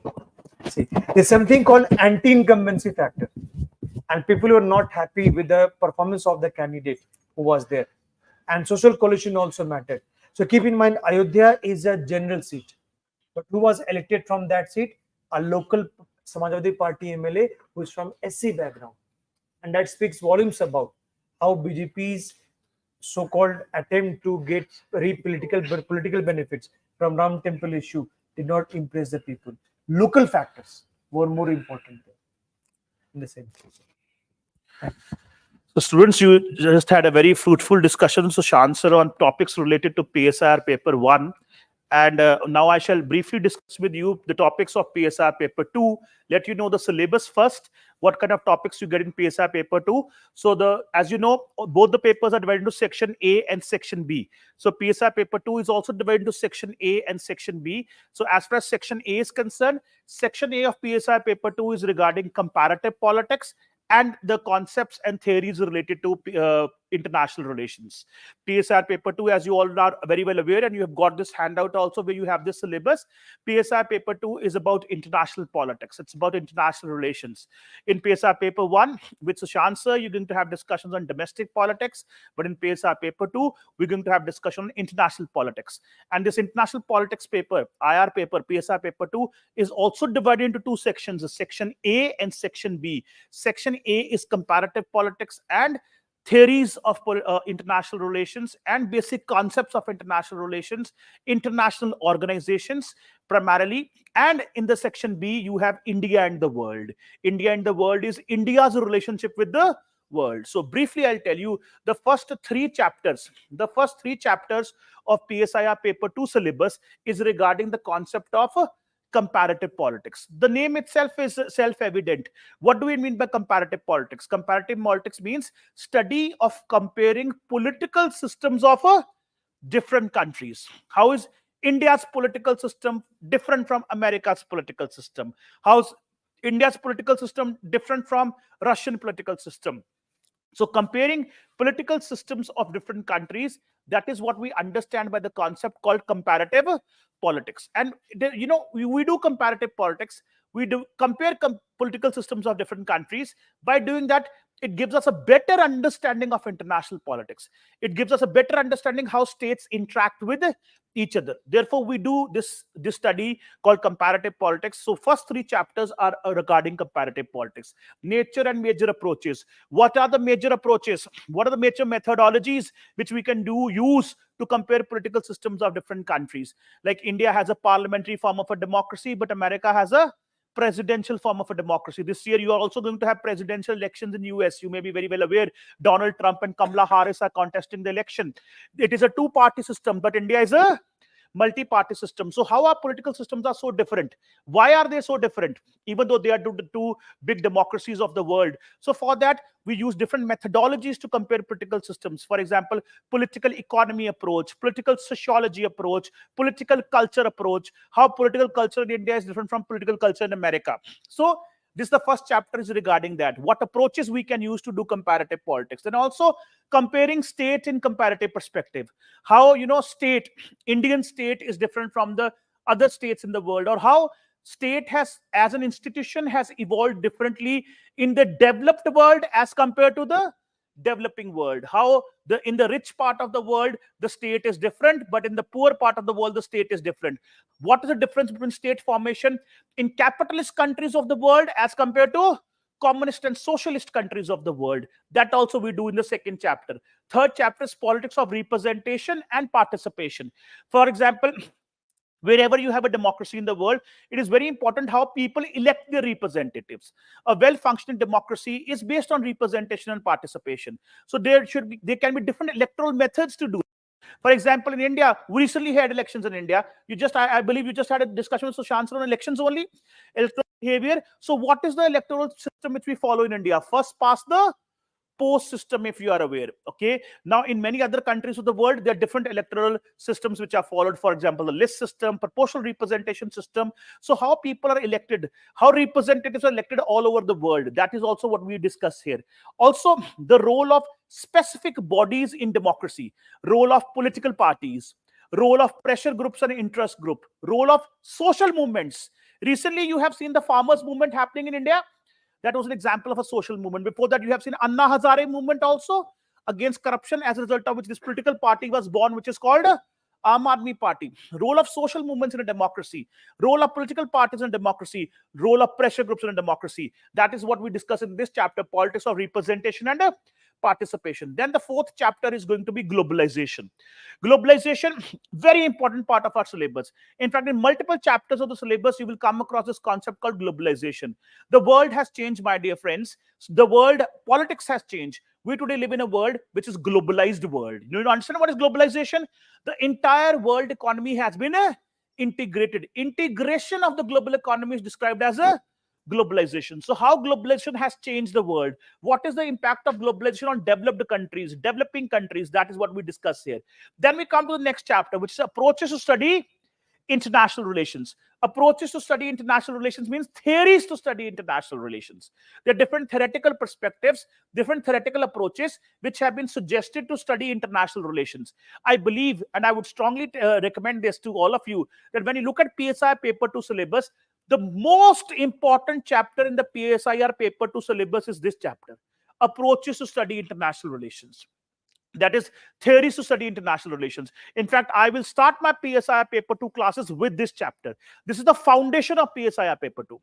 This will help us understand which are different theoretical perspectives which we can use to understand international relations. Because different narratives, different lenses have been proposed by different schools of thought to understand and interpret international relations and international politics. For example, there's a realist school of thought, realist understanding of international relations, idealist, Marxist, functionalist, system theory, even more constructivist, postmodernist, feminist theory to understand international relations. For example, you all know about wars.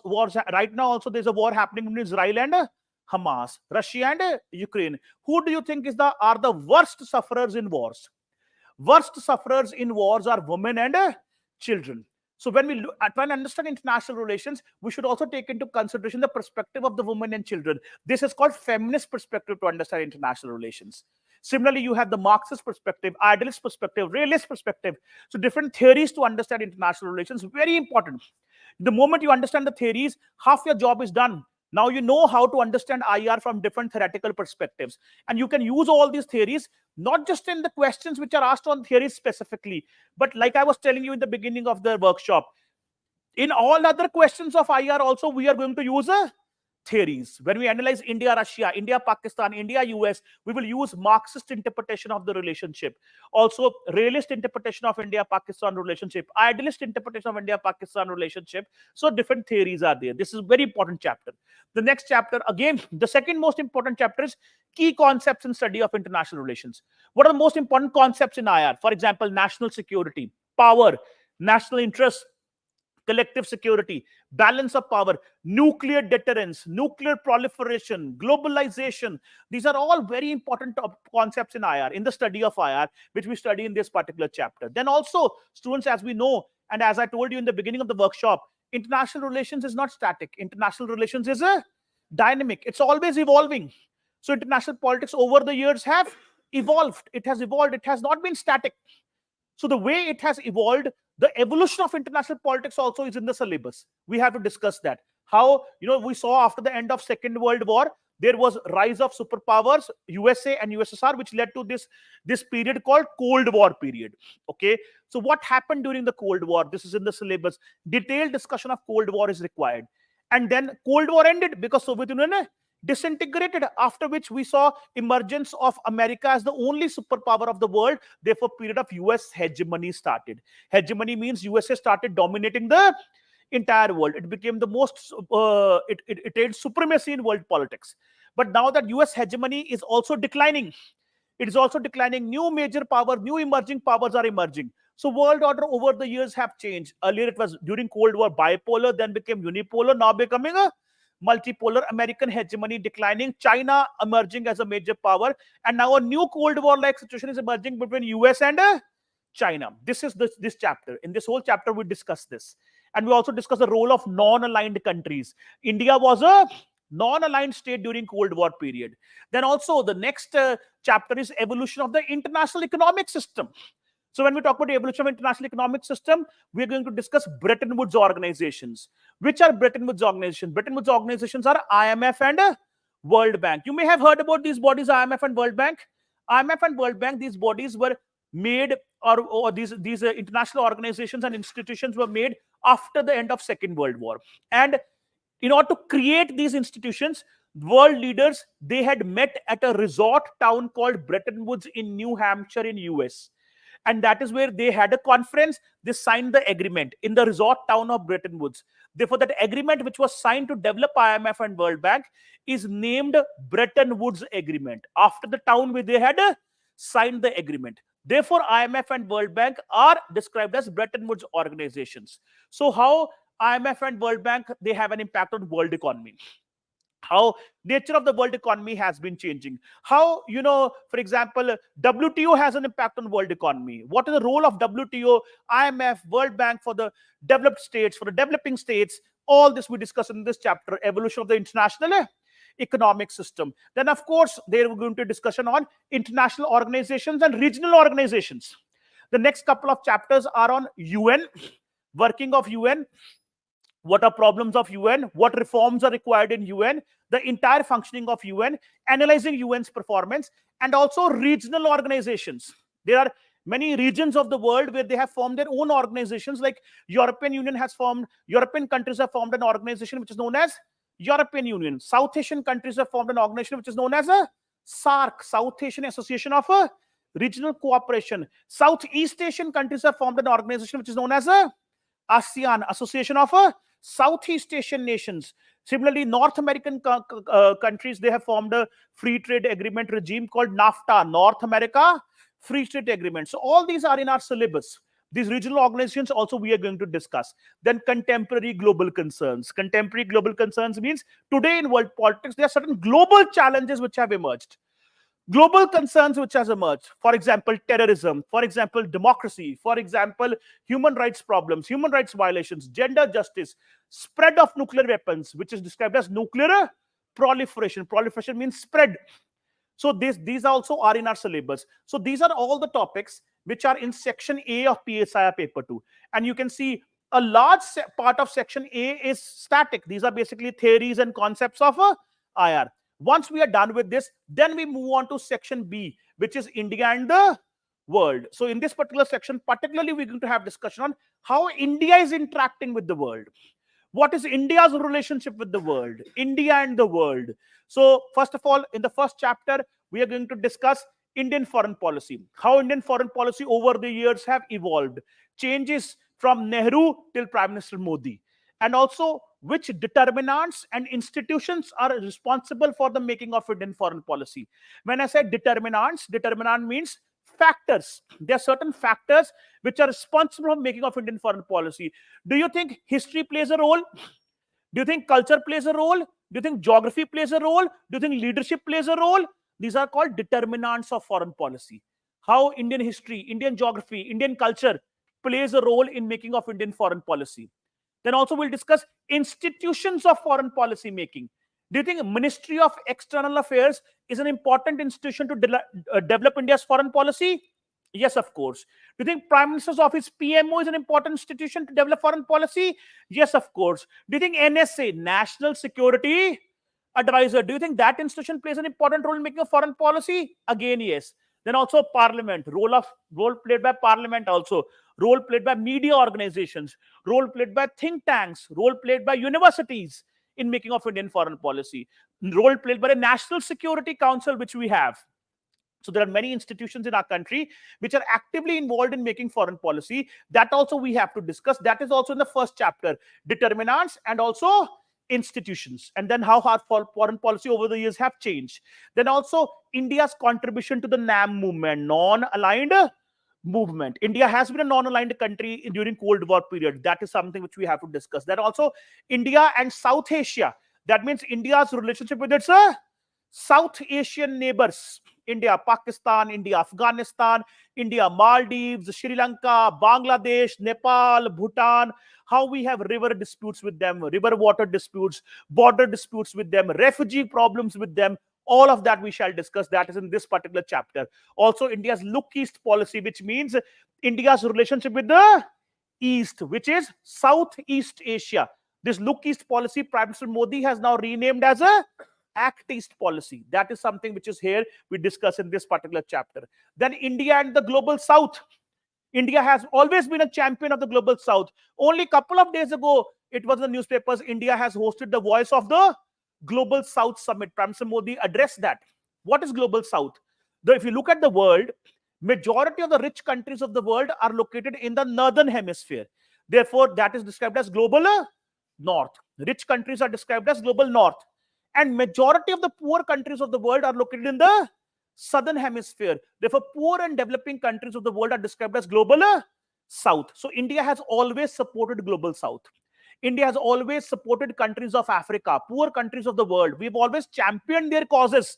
We've always tried to support them at all global platforms. So that is also what we are going to study here in this chapter, India and the Global South. Recently, India hosted the G20 summit.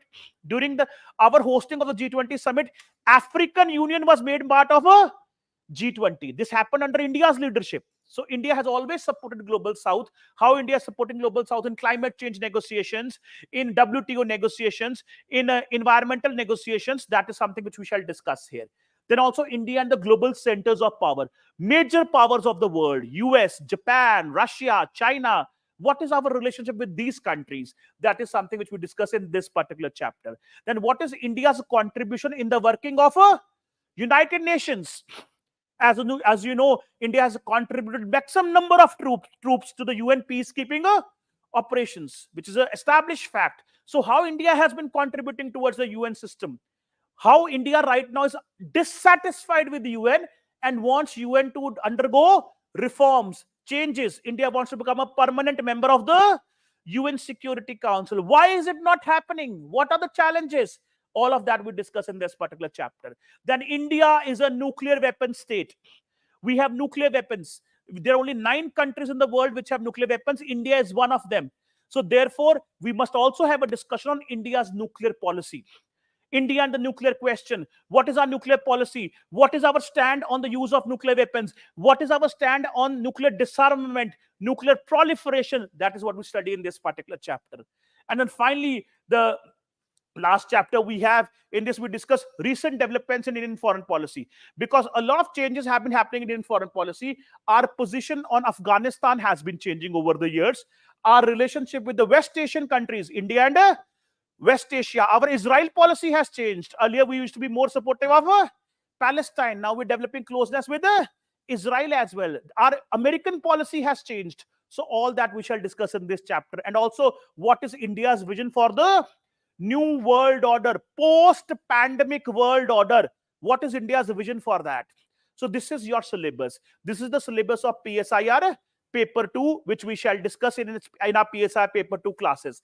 And then also, as I told you in the handout which we have shared with you, in that we have given you a reading list, the books which you can refer to in order to cover these PSIR paper 2 topics. But these are for your curiosity, the reading list.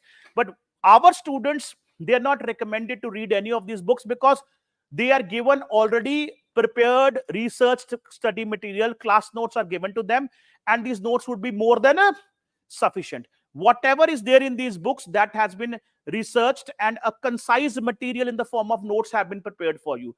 That notes will be more than sufficient for you to attempt all the questions in the examination. So there is a big reading list, multiple books are which are required to cover cover PSIR syllabus, but that donkey work, that hard work, we have already done on your behalf.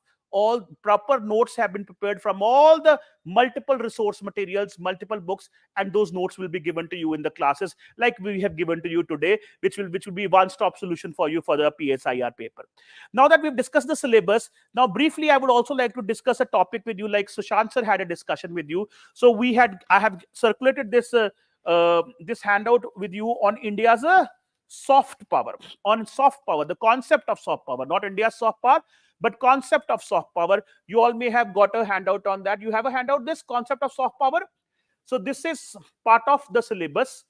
This is part of the syllabus, concept of a soft power. So this also, briefly, I'll try and help you understand how to understand this concept. This is one of the important topics of the syllabus of PSIR paper 2. Soft power, because I told you one of the chapters of PSIR paper 2 is key concepts to study international relations. And one of the key concepts to study international relations is power. Power is an important concept. In fact, it's often said international politics is nothing but struggle for power. And when we study power, when we do a detailed study of power in our lectures, power is of many types. There's something called hard power, soft power, fast power, sharp power, structural power, relational power. They are of many types. So this brief interaction which I'm having with you, I've decided to pick one type of power and discuss that with you. That is soft power idea. So briefly, I'll help you understand soft power, and then we'll also discuss a previous year question on this topic so that you get a hang over this, so that you are able to understand what is PSIR about, what is international relations about. So the idea of soft power was given by an American scholar. His name is Joseph Nye. Joseph Nye has given this concept of a soft power, given by an American scholar, Joseph Nye. And he gave this concept after the end of Cold War. You know, when did Cold War end? Cold War end when Soviet Union disintegrated in the year 1991. After disintegration of Cold War, a new world order emerged. And in this new world order, this new concept has been given by an American scholar, Joseph Nye, which is the idea of soft power. What is the traditional idea of power? The traditional idea of power is called hard power. That's called hard power. Hard power is a combination of military power plus economic power. A combination of military plus economic power of a country is described as a hard power. This is the traditional idea of power, which is well accepted by most of the countries of the world, most of the experts of the world. This idea of hard power has been existing there since centuries. But now in the new world order, in the contemporary world politics, especially after the end of Cold War, this new idea of power has been suggested, which is different from hard power, and that is the idea of a soft power suggested by this American scholar, Joseph Nye. And Joseph Nye says soft power is a power of attraction. He says soft power is power of attraction. He says soft power is the ability to achieve your desired outcomes just on the basis of persuasion or attraction without using the coercive methods of a hard power. Hard power is coercive in nature. By using hard power, military threats and economic threats, you can compel and force other countries to do certain things. But Joseph Nye says, without using coercive nature of hard power, without using coercive abilities of hard power, still you can achieve your desired outcomes just on the basis of persuasion or attraction. And this idea is described as the idea of a soft power, the power of attraction. And he says basically it's all about developing an attractive brand of your nation. It's all about developing an attractive brand of your nation. Brand India. If you're able to develop an attractive brand of your nation in the world, then other countries of the world would be naturally attracted towards you, and they would want to cooperate with you. They would want to do what you want them to do. And that is how you will be able to achieve your desired outcomes just on the basis of persuasion or attraction. So this idea, power of attraction, is described as a soft power. But the million-dollar question here is, how is this going to happen? How are we going to develop this attraction? You know, international politics Okay, fine, power of attraction, developing an attractive brand. The entire world will be attracted towards us. The entire world would want to cooperate with us. But how? How do we develop this attraction? Joseph Nye answers that question. He says hard power has two resources, that is military plus economic. He says soft power has three resources we can use to develop soft power. Which are those three resources? First is culture. If you have rich cultural heritage, rich cultural history, and the external world respects your culture, is attracted towards your culture, then it will give you power of attraction. It will give you soft power. So culture is a soft power resource. Culture can help you develop an attractive brand of your nation. For example, if I go back to India's example, you have this, you all are very well aware, India has been spending a lot of energy in popularizing yoga in the world. Why? Because yoga is part of India's culture. If the more popular yoga becomes in the world, the more popular India becomes in the world. It adds on to brand India, soft power, attractive brand for India. Similarly, Indian cinema plays the same role. You may have seen Natu Natu getting the Oscar award in US. The world getting attracted towards India's culture. We are planning to host Olympics, sports culture. If culture has many aspects, if we end up hosting Olympics, that will also add on to India's soft power, because we will develop rich sporting culture. So culture is a soft power resource. The second resource which can be used to develop soft power is your political values. If you have such political values which are considered as ideal by the external world, then this would also give you soft power. If in my classes I will teach you different theories of IR, Joseph Nye is basically a liberal. He belongs to liberal school of thought. Therefore, Joseph Nye says countries should follow liberal political values, ideal or liberal political values, which would give them soft power, which would give them power of attraction. Liberal political values, for example, democracy, human rights, justice, equality, liberty, minority rights. These are liberal political values. A country which follows liberal political values, this will attract the world. Don't you think it's a very attractive idea when we say India is the largest democracy of the world? The world is fascinated with India. The world is attracted towards India. So this gives you also power of attraction. If you're a democratic nation, if you're a liberal democracy, the world would want to cooperate with you. The world would want to have good relationship with you, because democratic governments are accountable. They are responsible. Democratic governments are more likely to follow such policies which are better for world peace. Therefore, democratic governments, they are able to cooperate with each other. So that is why democracy, liberal political values will also give you power of attraction, soft power. This is also known as democratic peace thesis, which is also one of the theories of IR, which I shall teach you in my IR classes also in more detail. Right now, I'm trying to briefly just go through the topic so that you can just get a feeling of what it is, not going into a lot of details.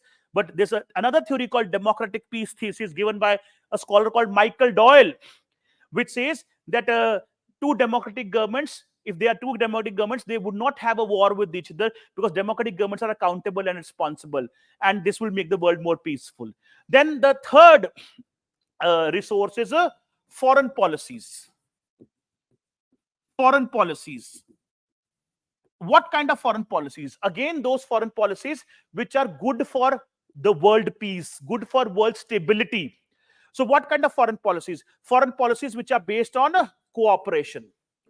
Such foreign policies where you send such messages to the world that we intend to cooperate with the world. We intend to have good relations, cordial relations with the world. We intend to work for world peace, world stability. So if you have such foreign policies, this will also give you power of attraction. This will also give you soft power. Okay. And for example, the policy of multilateralism. Multilateralism means multiple countries coming together to cooperate with each other, like in UN countries are doing. 193 countries trying to cooperate with each other. So these three can be your soft power resources: culture, political values, and foreign policies. But in all these three cases, you have to understand that you have to make positive use of these three. For example, positive use of your culture. Okay, you can use your culture to develop an attractive brand of your country. but you cannot do cultural chauvinism.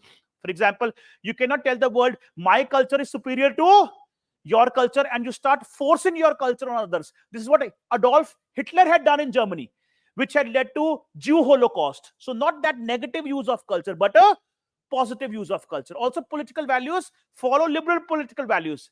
But if you do that, if you do the other way around, then vice versa is also true. For example, if in a country liberal political values are violated, there are minority rights violations, human rights violations, democratic crisis, then their soft power will decrease. So it has to be liberal in nature. Similarly, foreign policies also cannot be aggressive, cannot be confrontationist. You should not have a confrontationist mindset. You should have a mindset to cooperate with other countries. Then only you will be able to have your soft power. Like recently, we hosted the G20 summit. What was the theme of the summit? Vasudev Kutumbakam. So what are we trying to tell the world? The world is one Kutumb, one family, and India wants the happiness of the entire world, welfare and peace of the entire world. So we're using our culture, history, because Vasudev Kutumbakam is taken from our Vedas. And also we're trying to tell the world that we want to cooperate with you. This is adding on to India's soft power. And the venue of the summit was Bharat Mandapam. And it was decorated. The hall where the summit was held, it was decorated with yogasans. Again, trying to use India's culture, developing soft power. So that is how it operates. So this is the idea of soft power. And also we can use a tool called public diplomacy to develop a country's soft power. What is public diplomacy? Public diplomacy is the endeavor in which you try and engage with foreign populations. When you try and engage with foreign populations, foreign publics, that is described as a public diplomacy. Because if you're able to engage with foreign populations and the foreign populations are attracted towards you, then naturally their governments will also start reciprocating. For example, if the French people are very impressed with India, France is democracy. So French people, if they're very impressed with India, they will tell their elected representatives to have a good relationship with India. So if the foreign people are attracted towards India, their governments would also reciprocate, our soft power will increase. That concept is called public diplomacy, engaging with foreign publics, foreign populations. That also you can do by using your culture and political values. If, for example, if you want to do public diplomacy in France, try and hold cultural events in France, Indian cultural festival, Indian food festival, yoga camps, and encourage student exchange programs, cultural exchange programs, offer French students scholarships to study in India. This will help us engage with the people of France. They can get attracted towards India's culture. We can also tell the people of France that we are motivated from your political values. Our liberal democracy is based on French political values, which are the values of the French Revolution, if you are aware. The values like liberty, equality, and fraternity. So if we are able to engage with the people of France, attract people of France towards India, that's called public diplomacy. And then we will tell the French government to also have good relations with India. So this is the idea of soft power. But the idea of soft power also has limitations. That also we must not forget. What are those limitations?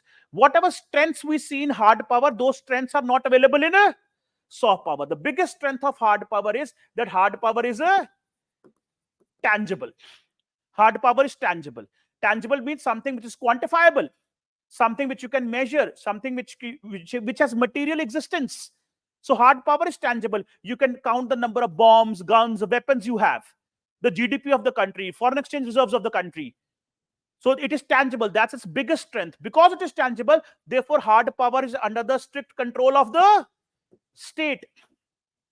State knows, the government knows how much hard power we have, what impact it will have, and they can use it for whatever purpose they want to use it for. For example, Prime Minister Modi knows we have intercontinental ballistic missiles called BrahMos missile, which if he wants to, he can use these missiles to bomb Karachi and Lahore. So he knows that what kind of hard power we have, what impact it will have, and it is under the strict control of the state. Also, hard power is compelling in nature.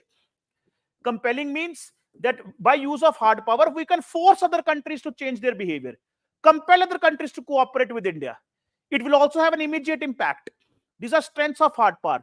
None of these strengths are available in a soft power. Soft power is not tangible because soft power is ideational. What is soft power? Power of attraction. What is power of attraction? Human emotion. Attraction is human emotion. Can you quantify human emotions? Are human emotions tangible? Can you say my friend is 10 units uglier than yesterday or 20 units prettier than yesterday? You can't do that. Because it is not tangible, therefore soft power is not under the strict control of the state also. State doesn't control this. State doesn't even know how much soft power they have. They can't measure it. They can't know, they do not know the impact of this. It is not quantifiable. It is not tangible. It is also not under the strict control of the state. State does not strictly control soft power. Do you think there's a room in Prime Minister's office where he can go and open the door and pull out 2 kgs of attraction and bomb Karachi and Lahore with yoga and butter chicken? Is that possible? Is that going to happen? That's not going to happen. So it is not under the strict control of the state. Also, it is not compelling. It's not compelling because you can't force others to get attracted towards you. Soft power is voluntary. Other countries will get voluntarily attracted towards India. You can't force them. Also, soft power, if you look at soft power, it will not have an immediate impact. Earning the respect of the world will not happen overnight. It may take decades.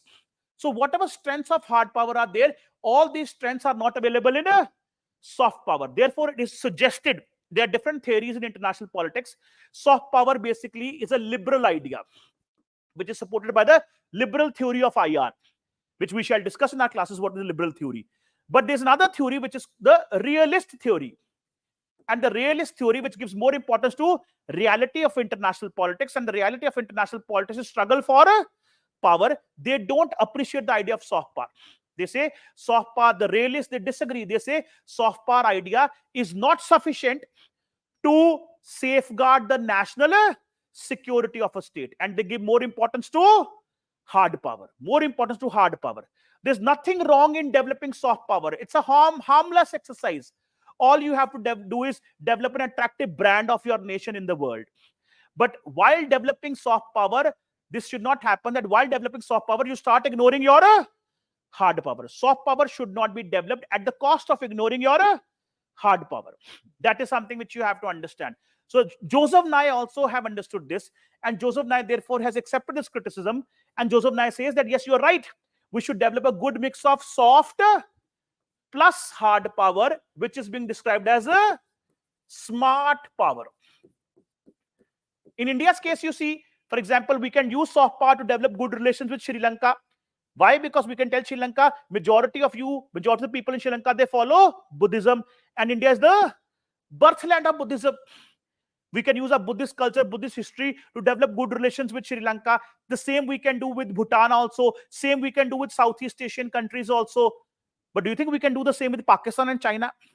Can we convince Pakistan that let's have Bhangra together in POK and you leave our territory? Is that going to work? Or can we tell the Chinese, let's have yoga camp in Aksai Chin, let's have momos together and you leave our territory? Is that going to work? No. In order to deal with hostile Pakistan and hostile China, India will need a hard power. So it has to be a good mix of hard plus a soft, which is described as a smart power. Then also we shall discuss briefly what is the relevance of the idea of a soft power, relevance of a soft power in international politics. So whenever you get such questions on relevance, what is the relevance of the idea of soft power, or whenever you get the question tag relevance means that you have to discuss the strengths of the idea and also the weaknesses of the idea. That if it is relevant, why relevant? If it is not relevant, then why not relevant? So when we talk about relevance of the idea of soft power in contemporary world politics, so this discussion shall be divided into 2 parts. First is, if it is relevant, why relevant? And the second part of the discussion, if not relevant, then why not relevant? So first of all, we shall discuss why it is relevant. It is relevant. Why? Because nature of international politics have changed. After the end of Cold War, the global politics has changed in such a manner that using hard power has become difficult. Why? First of all, today we live in a world of globalization. Today we live in a world of globalization, a globalized world, which has led to economic interdependence. Economic interdependence. The majority of the countries of the world, they are economically interdependent. Economically interdependent. Indian economy is tied to the Japanese economy, to the American economy.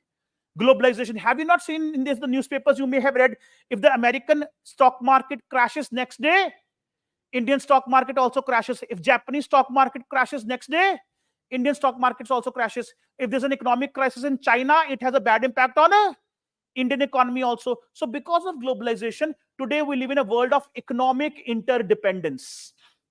Economic interdependence. The more and more countries, they have become economically interdependent.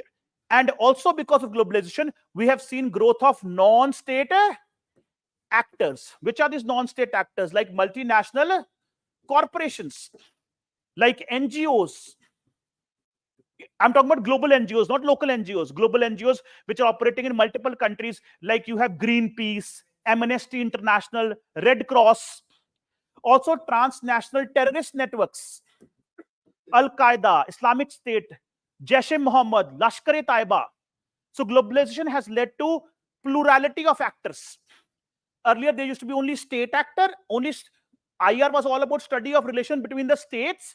But now we have also seen, because of globalization, emergence of non-state actors. And their role is also very important. We cannot understand international politics without examining the role of these non-state actors. MNCs have become so important. You see Prime Minister Modi going to US, he will meet Joe Biden, and then he also meet the CEOs of the big MNCs like Tesla, Google, Facebook, all these CEOs also. Okay, and therefore MNCs have become very, very important to understand IR in relations between states. And also communication channels between countries have multiplied because of globalization, because of advancements in technology. Therefore, the nature of the world has changed. Today, we live in a world of complex interdependence. Countries are interdependent, economically also interdependent. Also, today, we live in a world which is described by a scholar, John Burton. John Burton says, today we live in a cobweb world. It's more of a cobweb world. Cobweb means relations between countries have become more complex. Earlier, there used to be only G2G relations. You understand what is G2G? Government to government. But you today have B2B also, business to business. You today have P2P also, people to people. So you also have culturally people interacting with each other. People to people relations, civil society networks have developed at the international level. Business relations have developed. Government to government relations are already there. Channels of communication have multiplied. Also, non-state actors are there today. So world has become, if you look at relations between states, it has today become like a cobweb. You understand what is cobweb? Makdi ka jala dekha hai kabhi? The spider's web, that's the kind of world we have today. And in this cobweb world, in this interdependent world, using hard power has become difficult. Do you think if China is one of our largest trading partners, and it is, China is one of India's largest trading partner. So do you think India and China can afford to have a war with each other? If they have a war, this will have a very bad impact on their economies also. Chinese companies, they are doing businesses in Indian market, earning billions and billions of dollars of profit. All that will stop if China has a war with India. Same logic applied in US-China relationship. So because of economic interdependence, because our economies are interdependent, using hard powers, particularly military power, has become difficult. Because if you start fighting wars with your largest trading partners, it will have a bad impact on your economy. Also, the use of hard power has become difficult because of nuclear deterrence also. Because more and more countries today have developed nuclear weapons, because of which this concept is operating, which is called the concept of a nuclear deterrence. Two countries which have nuclear weapons cannot have a war, because if they will have a war, they will end up doing mutually assured destruction. In a nuclear war, there will be no winners. All participants will lose. So because of nuclear deterrence also, today using hard power has become difficult, particularly military power. So use of hard power has become difficult in a cobweb world. In a world of economic interdependence, it has become difficult to use hard power. In a world where 9 countries today have nuclear weapons, in a world of nuclear deterrence also, it has become difficult to use hard power. Therefore, the idea of soft power has emerged, which is very relevant. And as students of PSIR, not just the theories, this is a debate which is there between liberalism and realism, which we shall discuss in more detail in our PSI lectures, these theories. But we also must quote scholars. So in the handout which I've given to you, if you go to page number 3 of the handout on soft power, I've given you the views of different scholars, which you may quote while discussing the relevance of the idea of soft power. For example, the idea of soft power have been supported by Shashi Tharoor. You know what Shashi Tharoor? He's not just an ordinary politician. Do you know before politics, he was a deputy secretary? He's a PhD in IR. He's written multiple books on international relations. He was also Deputy Secretary General of United Nations. After that, he joined politics. And Shashi Tharoor wrote a book on soft power where he supported how countries like India can greatly benefit from soft power because we have great history, great culture, great civilization. Similarly, there's another scholar. His name is Peace Topdan. Peace Topdan mentioned to you in the handout.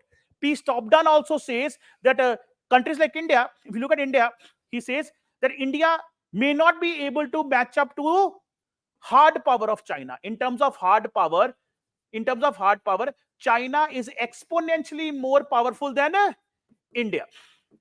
You know how much is GDP of China? Around 18 trillion. How much is ours? Around 4 trillion. So you see how China is more powerful than India. So matching up to China with the help of hard power may be difficult for India. Therefore, Peace Topdan says that countries like India can compete with China by using their soft power instead of hard power. Then also there's one more scholar. His name is Vinay Sahasbuddhe. Vinay Sahasbuddhe is the chief of ICCR. ICCR is an Indian government body. It is Indian Council for Cultural Relations. Indian Council for Cultural Relations is involved in cultural diplomacy, involved in doing cultural exchange programs. It is responsible for showcasing India's culture at the global level. And therefore, he is also very supportive of the idea of soft power. He says soft power, cultural power can be very, very beneficial for countries like India globally. He's also supported this idea. So these are scholars, Topdan, Vinay, Mr. Vinay, also Shashi Tharoor, who supports the idea of a soft power. But also at the same time, there's this other school of thought which says over-reliance on soft power can be counterproductive. Hard power is also equally important. And one we've already discussed, Joseph Nye has already said this. Joseph Nye has already accepted this, that there should be a good mix of hard plus soft, which is described as a smart power. And then there are also other scholars who have criticized the use of soft power. There are scholars who believe that soft power is not sufficient to safeguard your national interests. Soft power is not sufficient to safeguard your national security.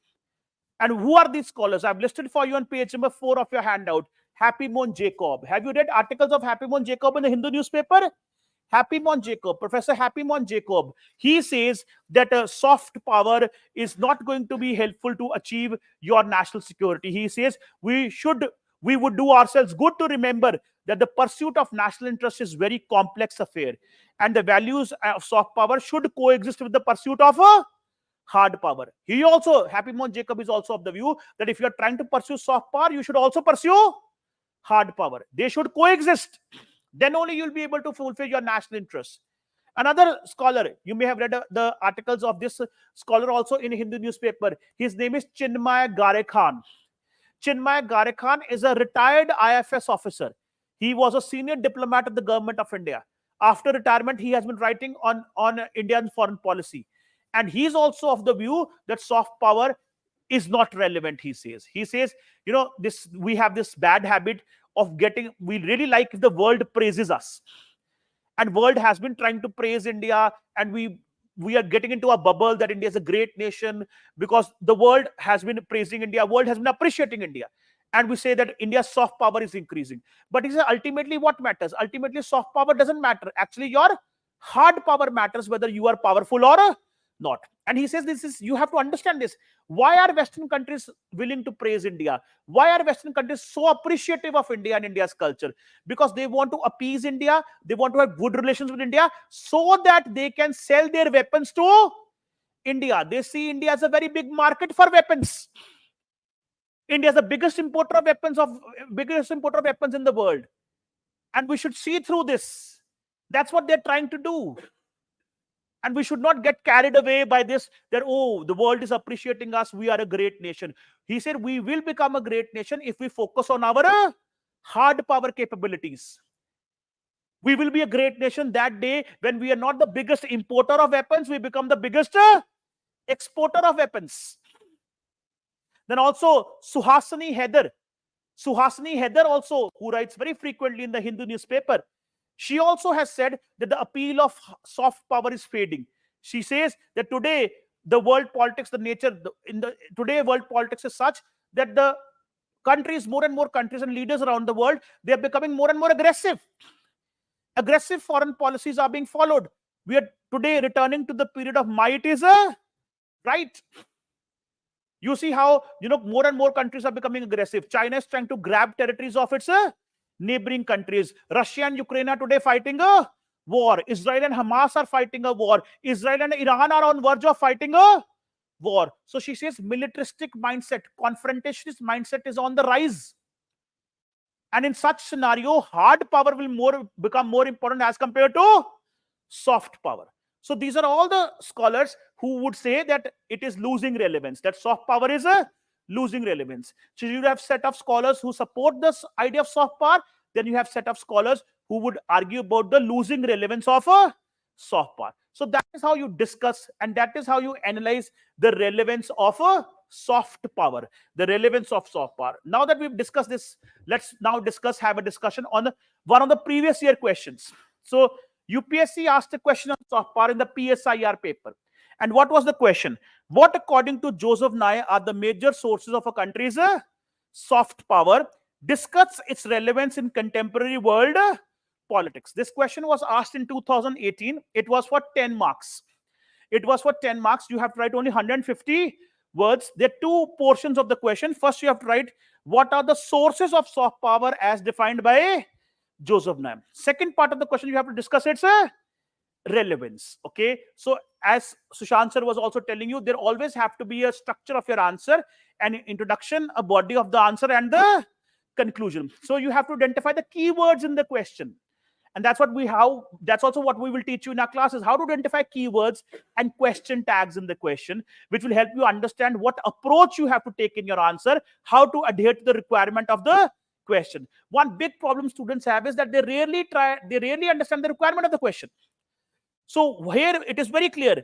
First of all, in the introductory paragraph, you have to describe what is the concept of a soft power. Define soft power as given by Joseph Nye. Give the definition of soft power.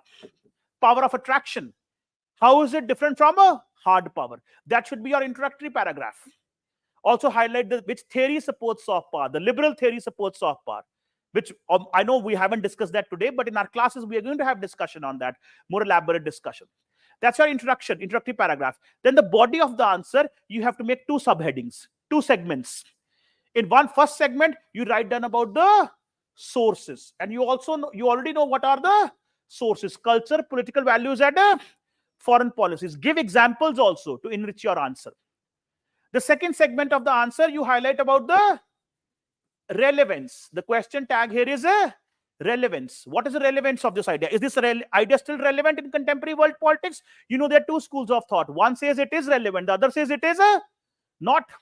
And you highlight both the sides of the divide. The ones who still believe it is relevant because of economic interdependence, cobweb nature, because of nuclear deterrence, viewpoint of John Burton, viewpoint of Shashi Tharoor, viewpoint of Vinay Sahasrabudhe. So you quote these scholars, very important, quote scholars, quote theories. Today we live in a world of complex interdependence, interdependent world, cobweb world, changing nature of world politics, nuclear deterrence, therefore it is still relevant. Because use of hard power has become difficult. So use these scholars also. Then in the second paragraph, you also write the reasons why it is losing its relevance. Because, like Happy Mo Jacob says, that the task of safeguarding your national interest is very complex. Both the pursuit of soft power and hard power must coexist. Chinmay Garekhan, quote him, he says, countries like India should focus more on their hard power if they want to become a great power. Viewpoint of Suhasini Heather, she also says the world is becoming more militaristic, more confrontationist. Therefore, the idea of soft power is losing its appeal.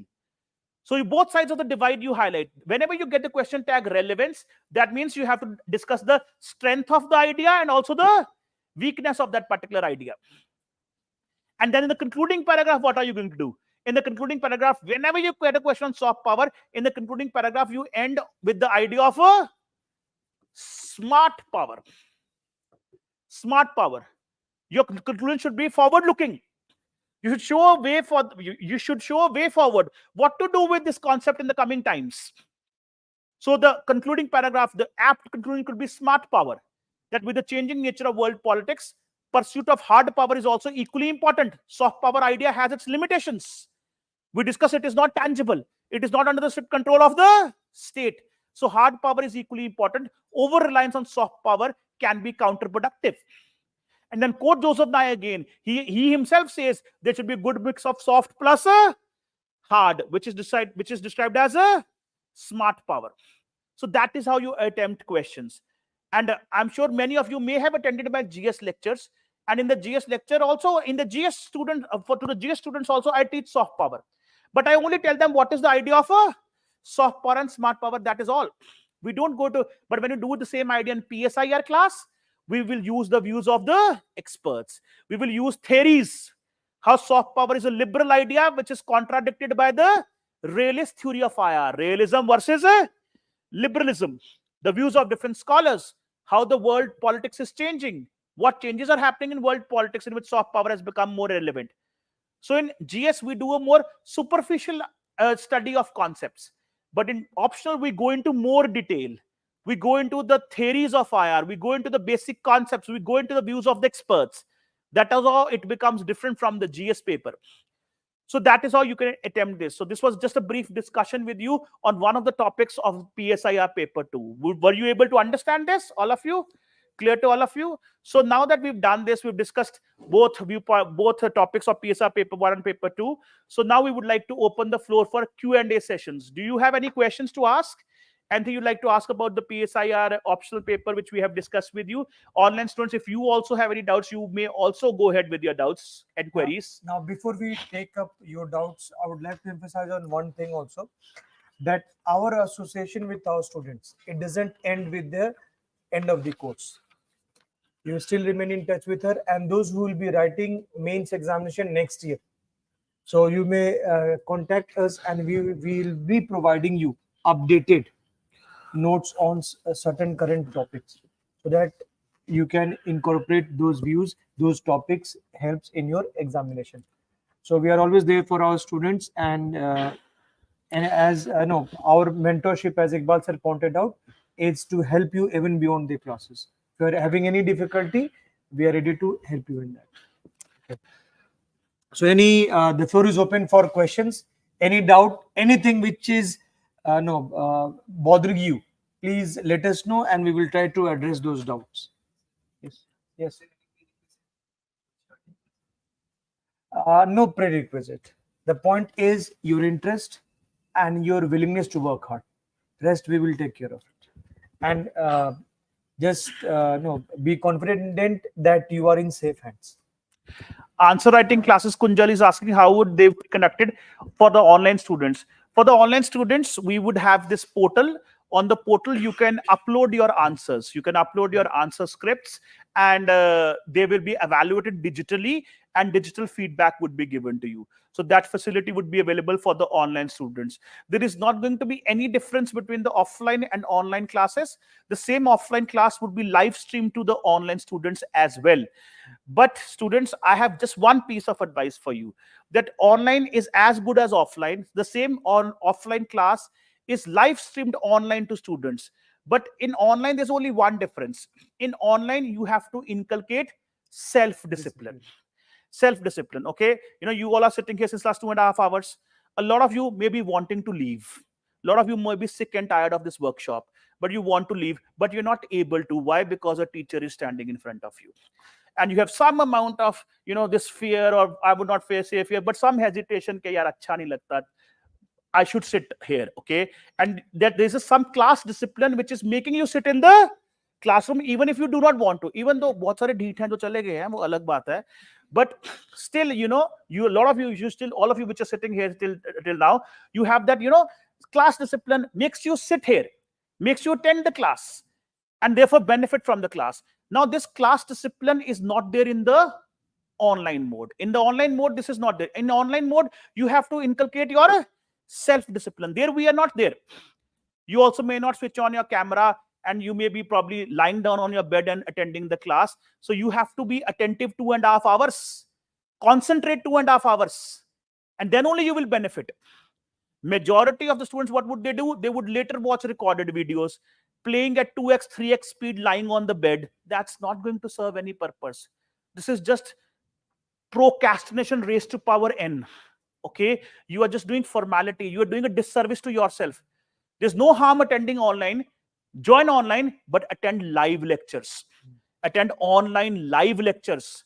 Interact with the teacher in the chat box. Get your doubts clarified.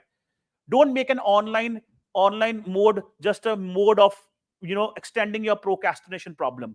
Don't do that. So if you exercise that self-discipline, if you attend the online class live all the time, and even if you can't, and if you're watching the recording, you're watching a recording sitting on your table with full concentration, then online is as good as a offline. But self-discipline you have to inculcate. That is very important. And the test series, answer writing will be equally available to online students. There will be a portal dedicated for PSIR students on our website, where you can submit your answers digitally, scanned answers digitally. We'll send you answer scripts and we will evaluate them digitally. Okay. Now, Shimili is asking that will there be any batch in October? No, we are starting on 28 September. Let me clarify. We are starting on 28 September and the time will be 2:30 p.m. and there will be no batch after this, at least for this year. Now, Sachin is regarding fee of the course. You can look at the website for details. Now, Shivangi is asking, sir, I'm online students. So if I join optional batch, how to start? See, start is that you can at least go through the NCRTs. Since there is 2 months time, you can go through the NCRTs, at least 11th and 12th NCRTs, Indian polity, Indian constitution, political theory, world history. That will help you understand the nuances of these topics in a detail. And rest is, I would say, as Iqbal sir pointed out, discipline is important, but same is true for offline students also. Ideally, the handouts will be uploaded on the portal 1 day before the class, and I expect you to read the handout before coming to the class. Ideally, you should remain ahead of the class, and that handout will be explained in the class. We'll be focusing on answer writing also. So for a basics, you can cover the NCRTs and a bit of world history. That is sufficient as far as we are concerned. Yes, admission will be open. Srinidhi, you can see the details will be provided on the institute's website. As a beginner, if you want before the classes, if you want to read something on your own, we would, like Sushant sir said, we would recommend read NCRTs of PSIR. 11th, 12th. 11th, 12th political science NCRTs. I'll tell you which are those. One is called political theory. Political theory NCRT, where you have chapters on equality, freedom, liberty, justice. That would be a good beginning. Then there's an NCRT on India's constitution, India constitution at work. Then there's an IR NCRT of 11th and 12th. So read these 3 NCRTs as a beginning. This will create a good foundation and develop this habit of reading the newspapers, and everything else would be taken care of in the classes, where you will get all the notes, all topics we'll discuss. But as a beginner, you can read these NCRTs before the classes. And Sachin, the portal will be the same for GS as well as optional classes. You do not need to change the portal. This is the same portal. It's just that there would be a different separate PSIR section in that, where you get your PSR lectures, PSR test series, PSR answer writing program. All of that would be part of that. Yes. There are 2 questions piled up in my mind. Okay. First, regarding the optional subject.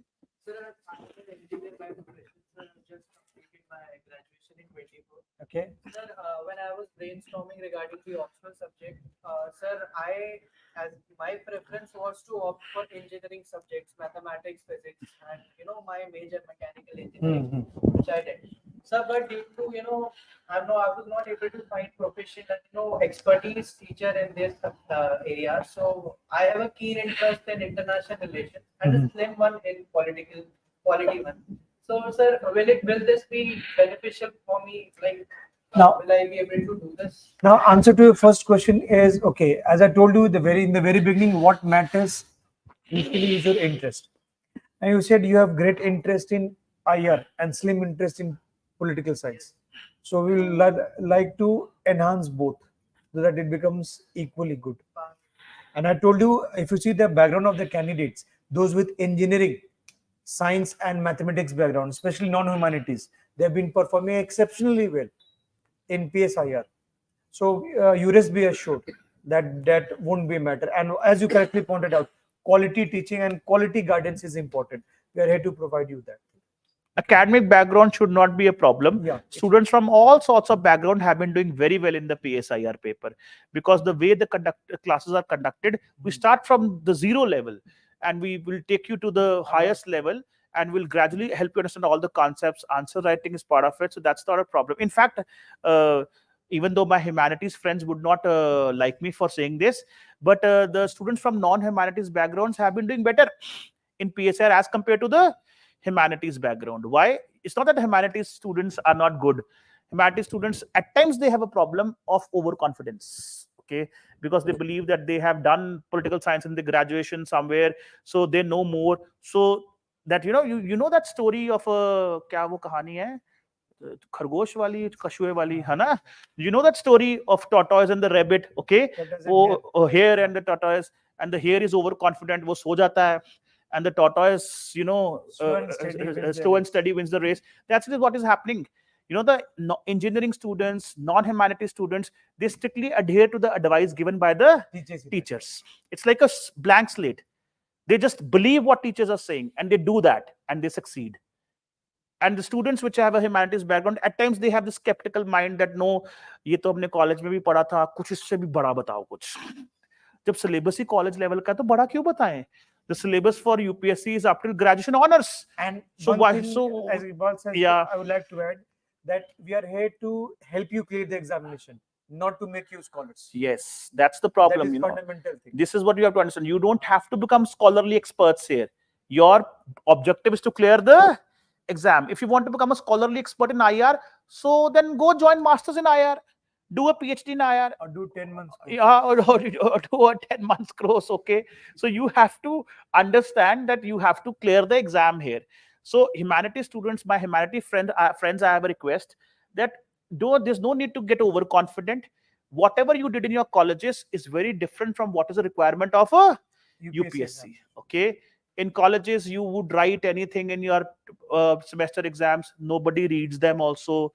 And everybody would get, सबको 60% marks दे दिए जाते हैं. That's what happens in colleges and universities. Rarely anybody is taking anything seriously. But here it is very different. Here it's very different. UPSC, utmost professionalism, very qualitative answers, word limit, time limit. So in the college, you could write 10 pages on a question. Here you are told you are only going to write 150 words. So how to concise your ideas, all of that, this is like a science. So approach is very different. So humanities students, they also do very good in PSIR, very good in PSIR, but only those humanities students who strictly adhere to the advice which is given and adhere to the requirement of the examination. They don't get overconfident and they don't start reading things which are not required. Because at times when you think that I already know this, so you start reading what is not required. So that is also there. So humanities students also have to be, careful. They should do what is only required, and then they also succeed. Humanities students have also been doing very well. So academic background doesn't matter. If you're a diligent student, if you do what is required, then you are bound to succeed irrespective of whichever academic background you belong to, humanities background or non-humanities background. And it's our responsibility. If you're from non-humanities student, then we will guide you. And if you're a humanities student, then also it's our responsibility to guide you, to make sure that you stay on track, to make sure that you don't get distracted. Okay. Second question. Sir, I am already enrolled in Bajiram's GS course. This optional class timings is clashing with the general studies course. You can shift your GS batches. This option has a finish end. It won't be shifted. No. You see, there are multiple GS batches running here. So any student whose batch timing is clashing with our optional, you can shift 11 o'clock. Since you're 2:30, you can shift to 11 o'clock or 5:30, whichever is convenient for you. If your batch is clashing, you can change your GS batch, but it would not be possible to change the timing of the optional batch. You can join another GS batch. There are multiple GS batches, so you can shift to another GS batch. Office will help you in that. Office admission, they'll help you do this. Different?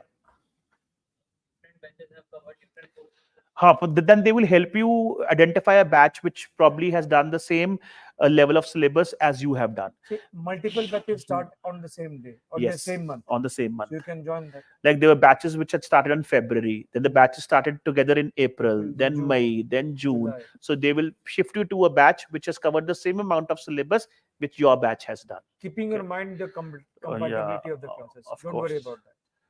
Okay. Yes, sir.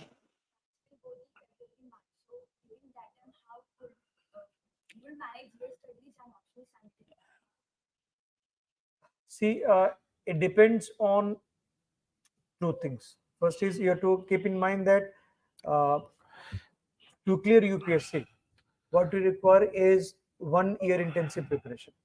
Okay, and normally students waste their attempt in peer pressure or parental pressure, whatever.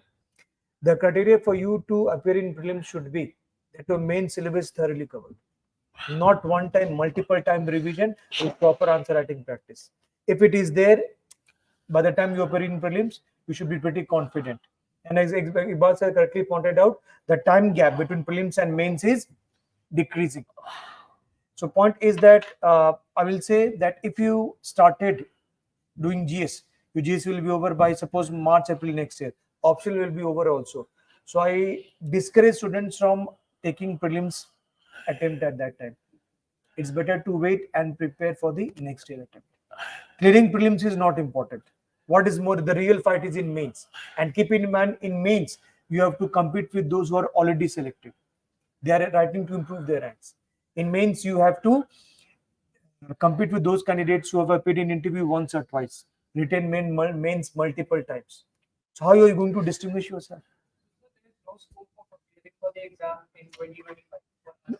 You can, in the sense that if you can manage your GS and optional well. Because I have taken, I have come to this phase just, I have target in my mind that I have to. So it all depends when is your GS batch going to get over. So if your GS, I don't know which batch is your GS batch. No, which month it started? So June 17th. June. So it will go on till February, March. Okay. Your optional batch also starts in September. By the end of the September, it would also go on till February, till the end of February. So your prelims paper is in May. So you'll get only 1 month to prepare. So it becomes a very tight schedule. If you're able to manage it, from now onwards, you have to get into a war footing preparation. Then only you'll be able to do it. Otherwise, it can become little complicated. Little complicated. You can. Yes, see, But have realistic targets. Set realistic targets. You have to be realistic also.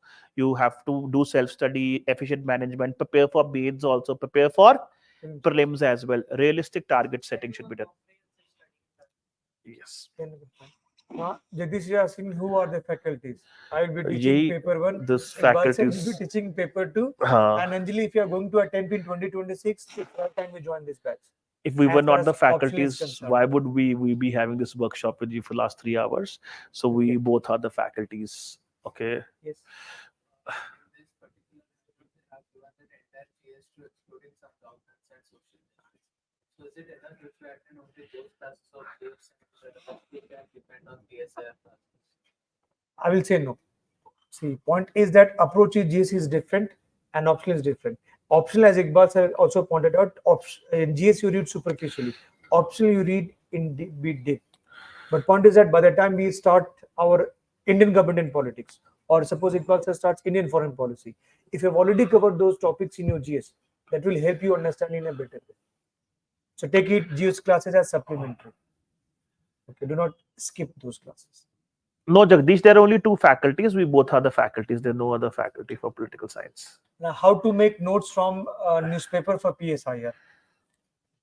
Now, you have to understand that first you need to have a comprehensive understanding of the syllabus and then analysis of the PYQs, how the questions are being asked. And then whenever a new article comes, for example, Siraj Amon is writing on IR, or for that matter, Christopher Zafrale is writing on Indian politics. So you have to summarize their argument as per the overlap of the syllabus of PSIR. and you can incorporate in your answers. Like this notes which we gave to you today, all these Ah. viewpoints I discussed, Shashi Tharoor, Chinmay Gare Exactly. Khan, Happy Mon Jacob, these are Hmm. articles which they had written in the newspaper. So you have to only pick up the main idea which they are arguing. If you end up writing the entire article in your notebook, these are not notes. Okay, you have to only write the main idea which you can quote in your answers. So that's how you do it. And we will teach that in the course of the classes also, we'll teach you that. Yes. Okay. When did you join fledgling course? June this year. Join this. Advantage is when the GS starts next year, that will be around June. So you will be already covered with option. So you have an what I will say early bird advantage. So join this that. Yes. Not exactly, not everywhere. You have to be very selective. Analysis you can quote, but in ethics paper, like for example, you can quote if the question is asked on communism in paper 1 section, paper 1 of GS, you can quote.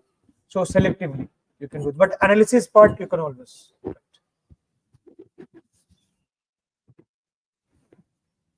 Now, some of the students who recently cleared PSIR exam with PSIR, rank 26 this year was our student. Year before that, rank 10 was our student.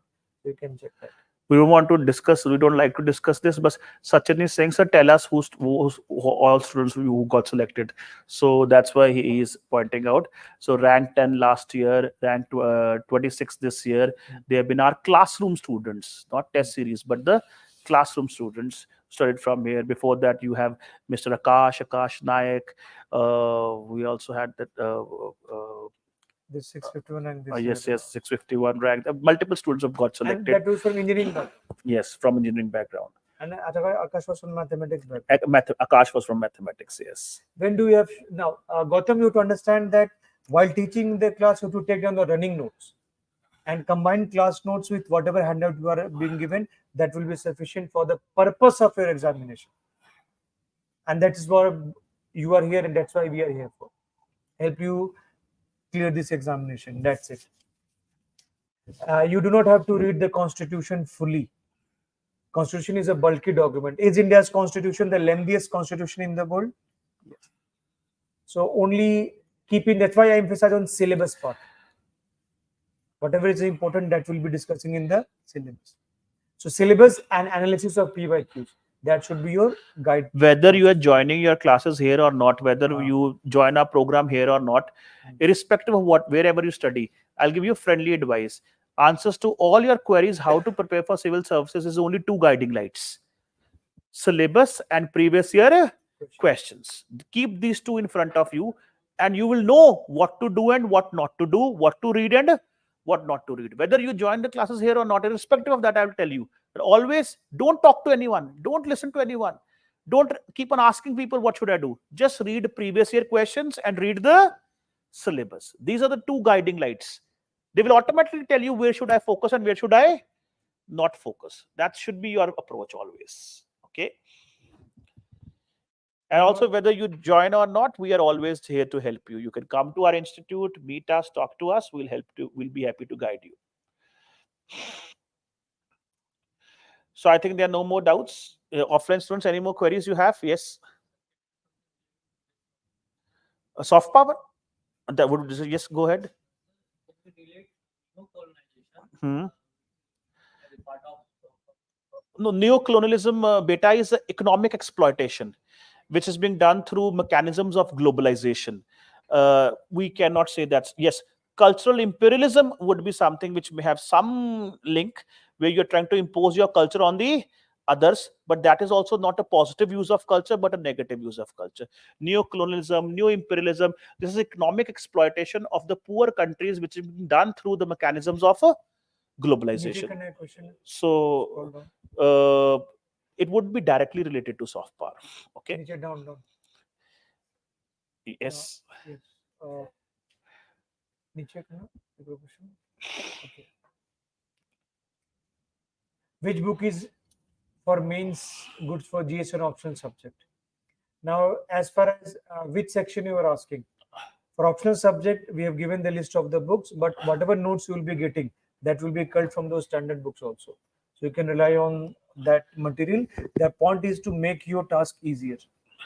Okay, so the notes which you have got is prepared from standard sources, and combine it with class notes, that will be sufficient. Why do you join a coaching class? You join a coaching class because you want to make your life Easier. easy, simplify things for you, You so save time. save time to become, to like Joseph Nye says, to become smart. Okay, so if you are going to go through the entire reading list on your own, then what is the point of somebody giving you notes?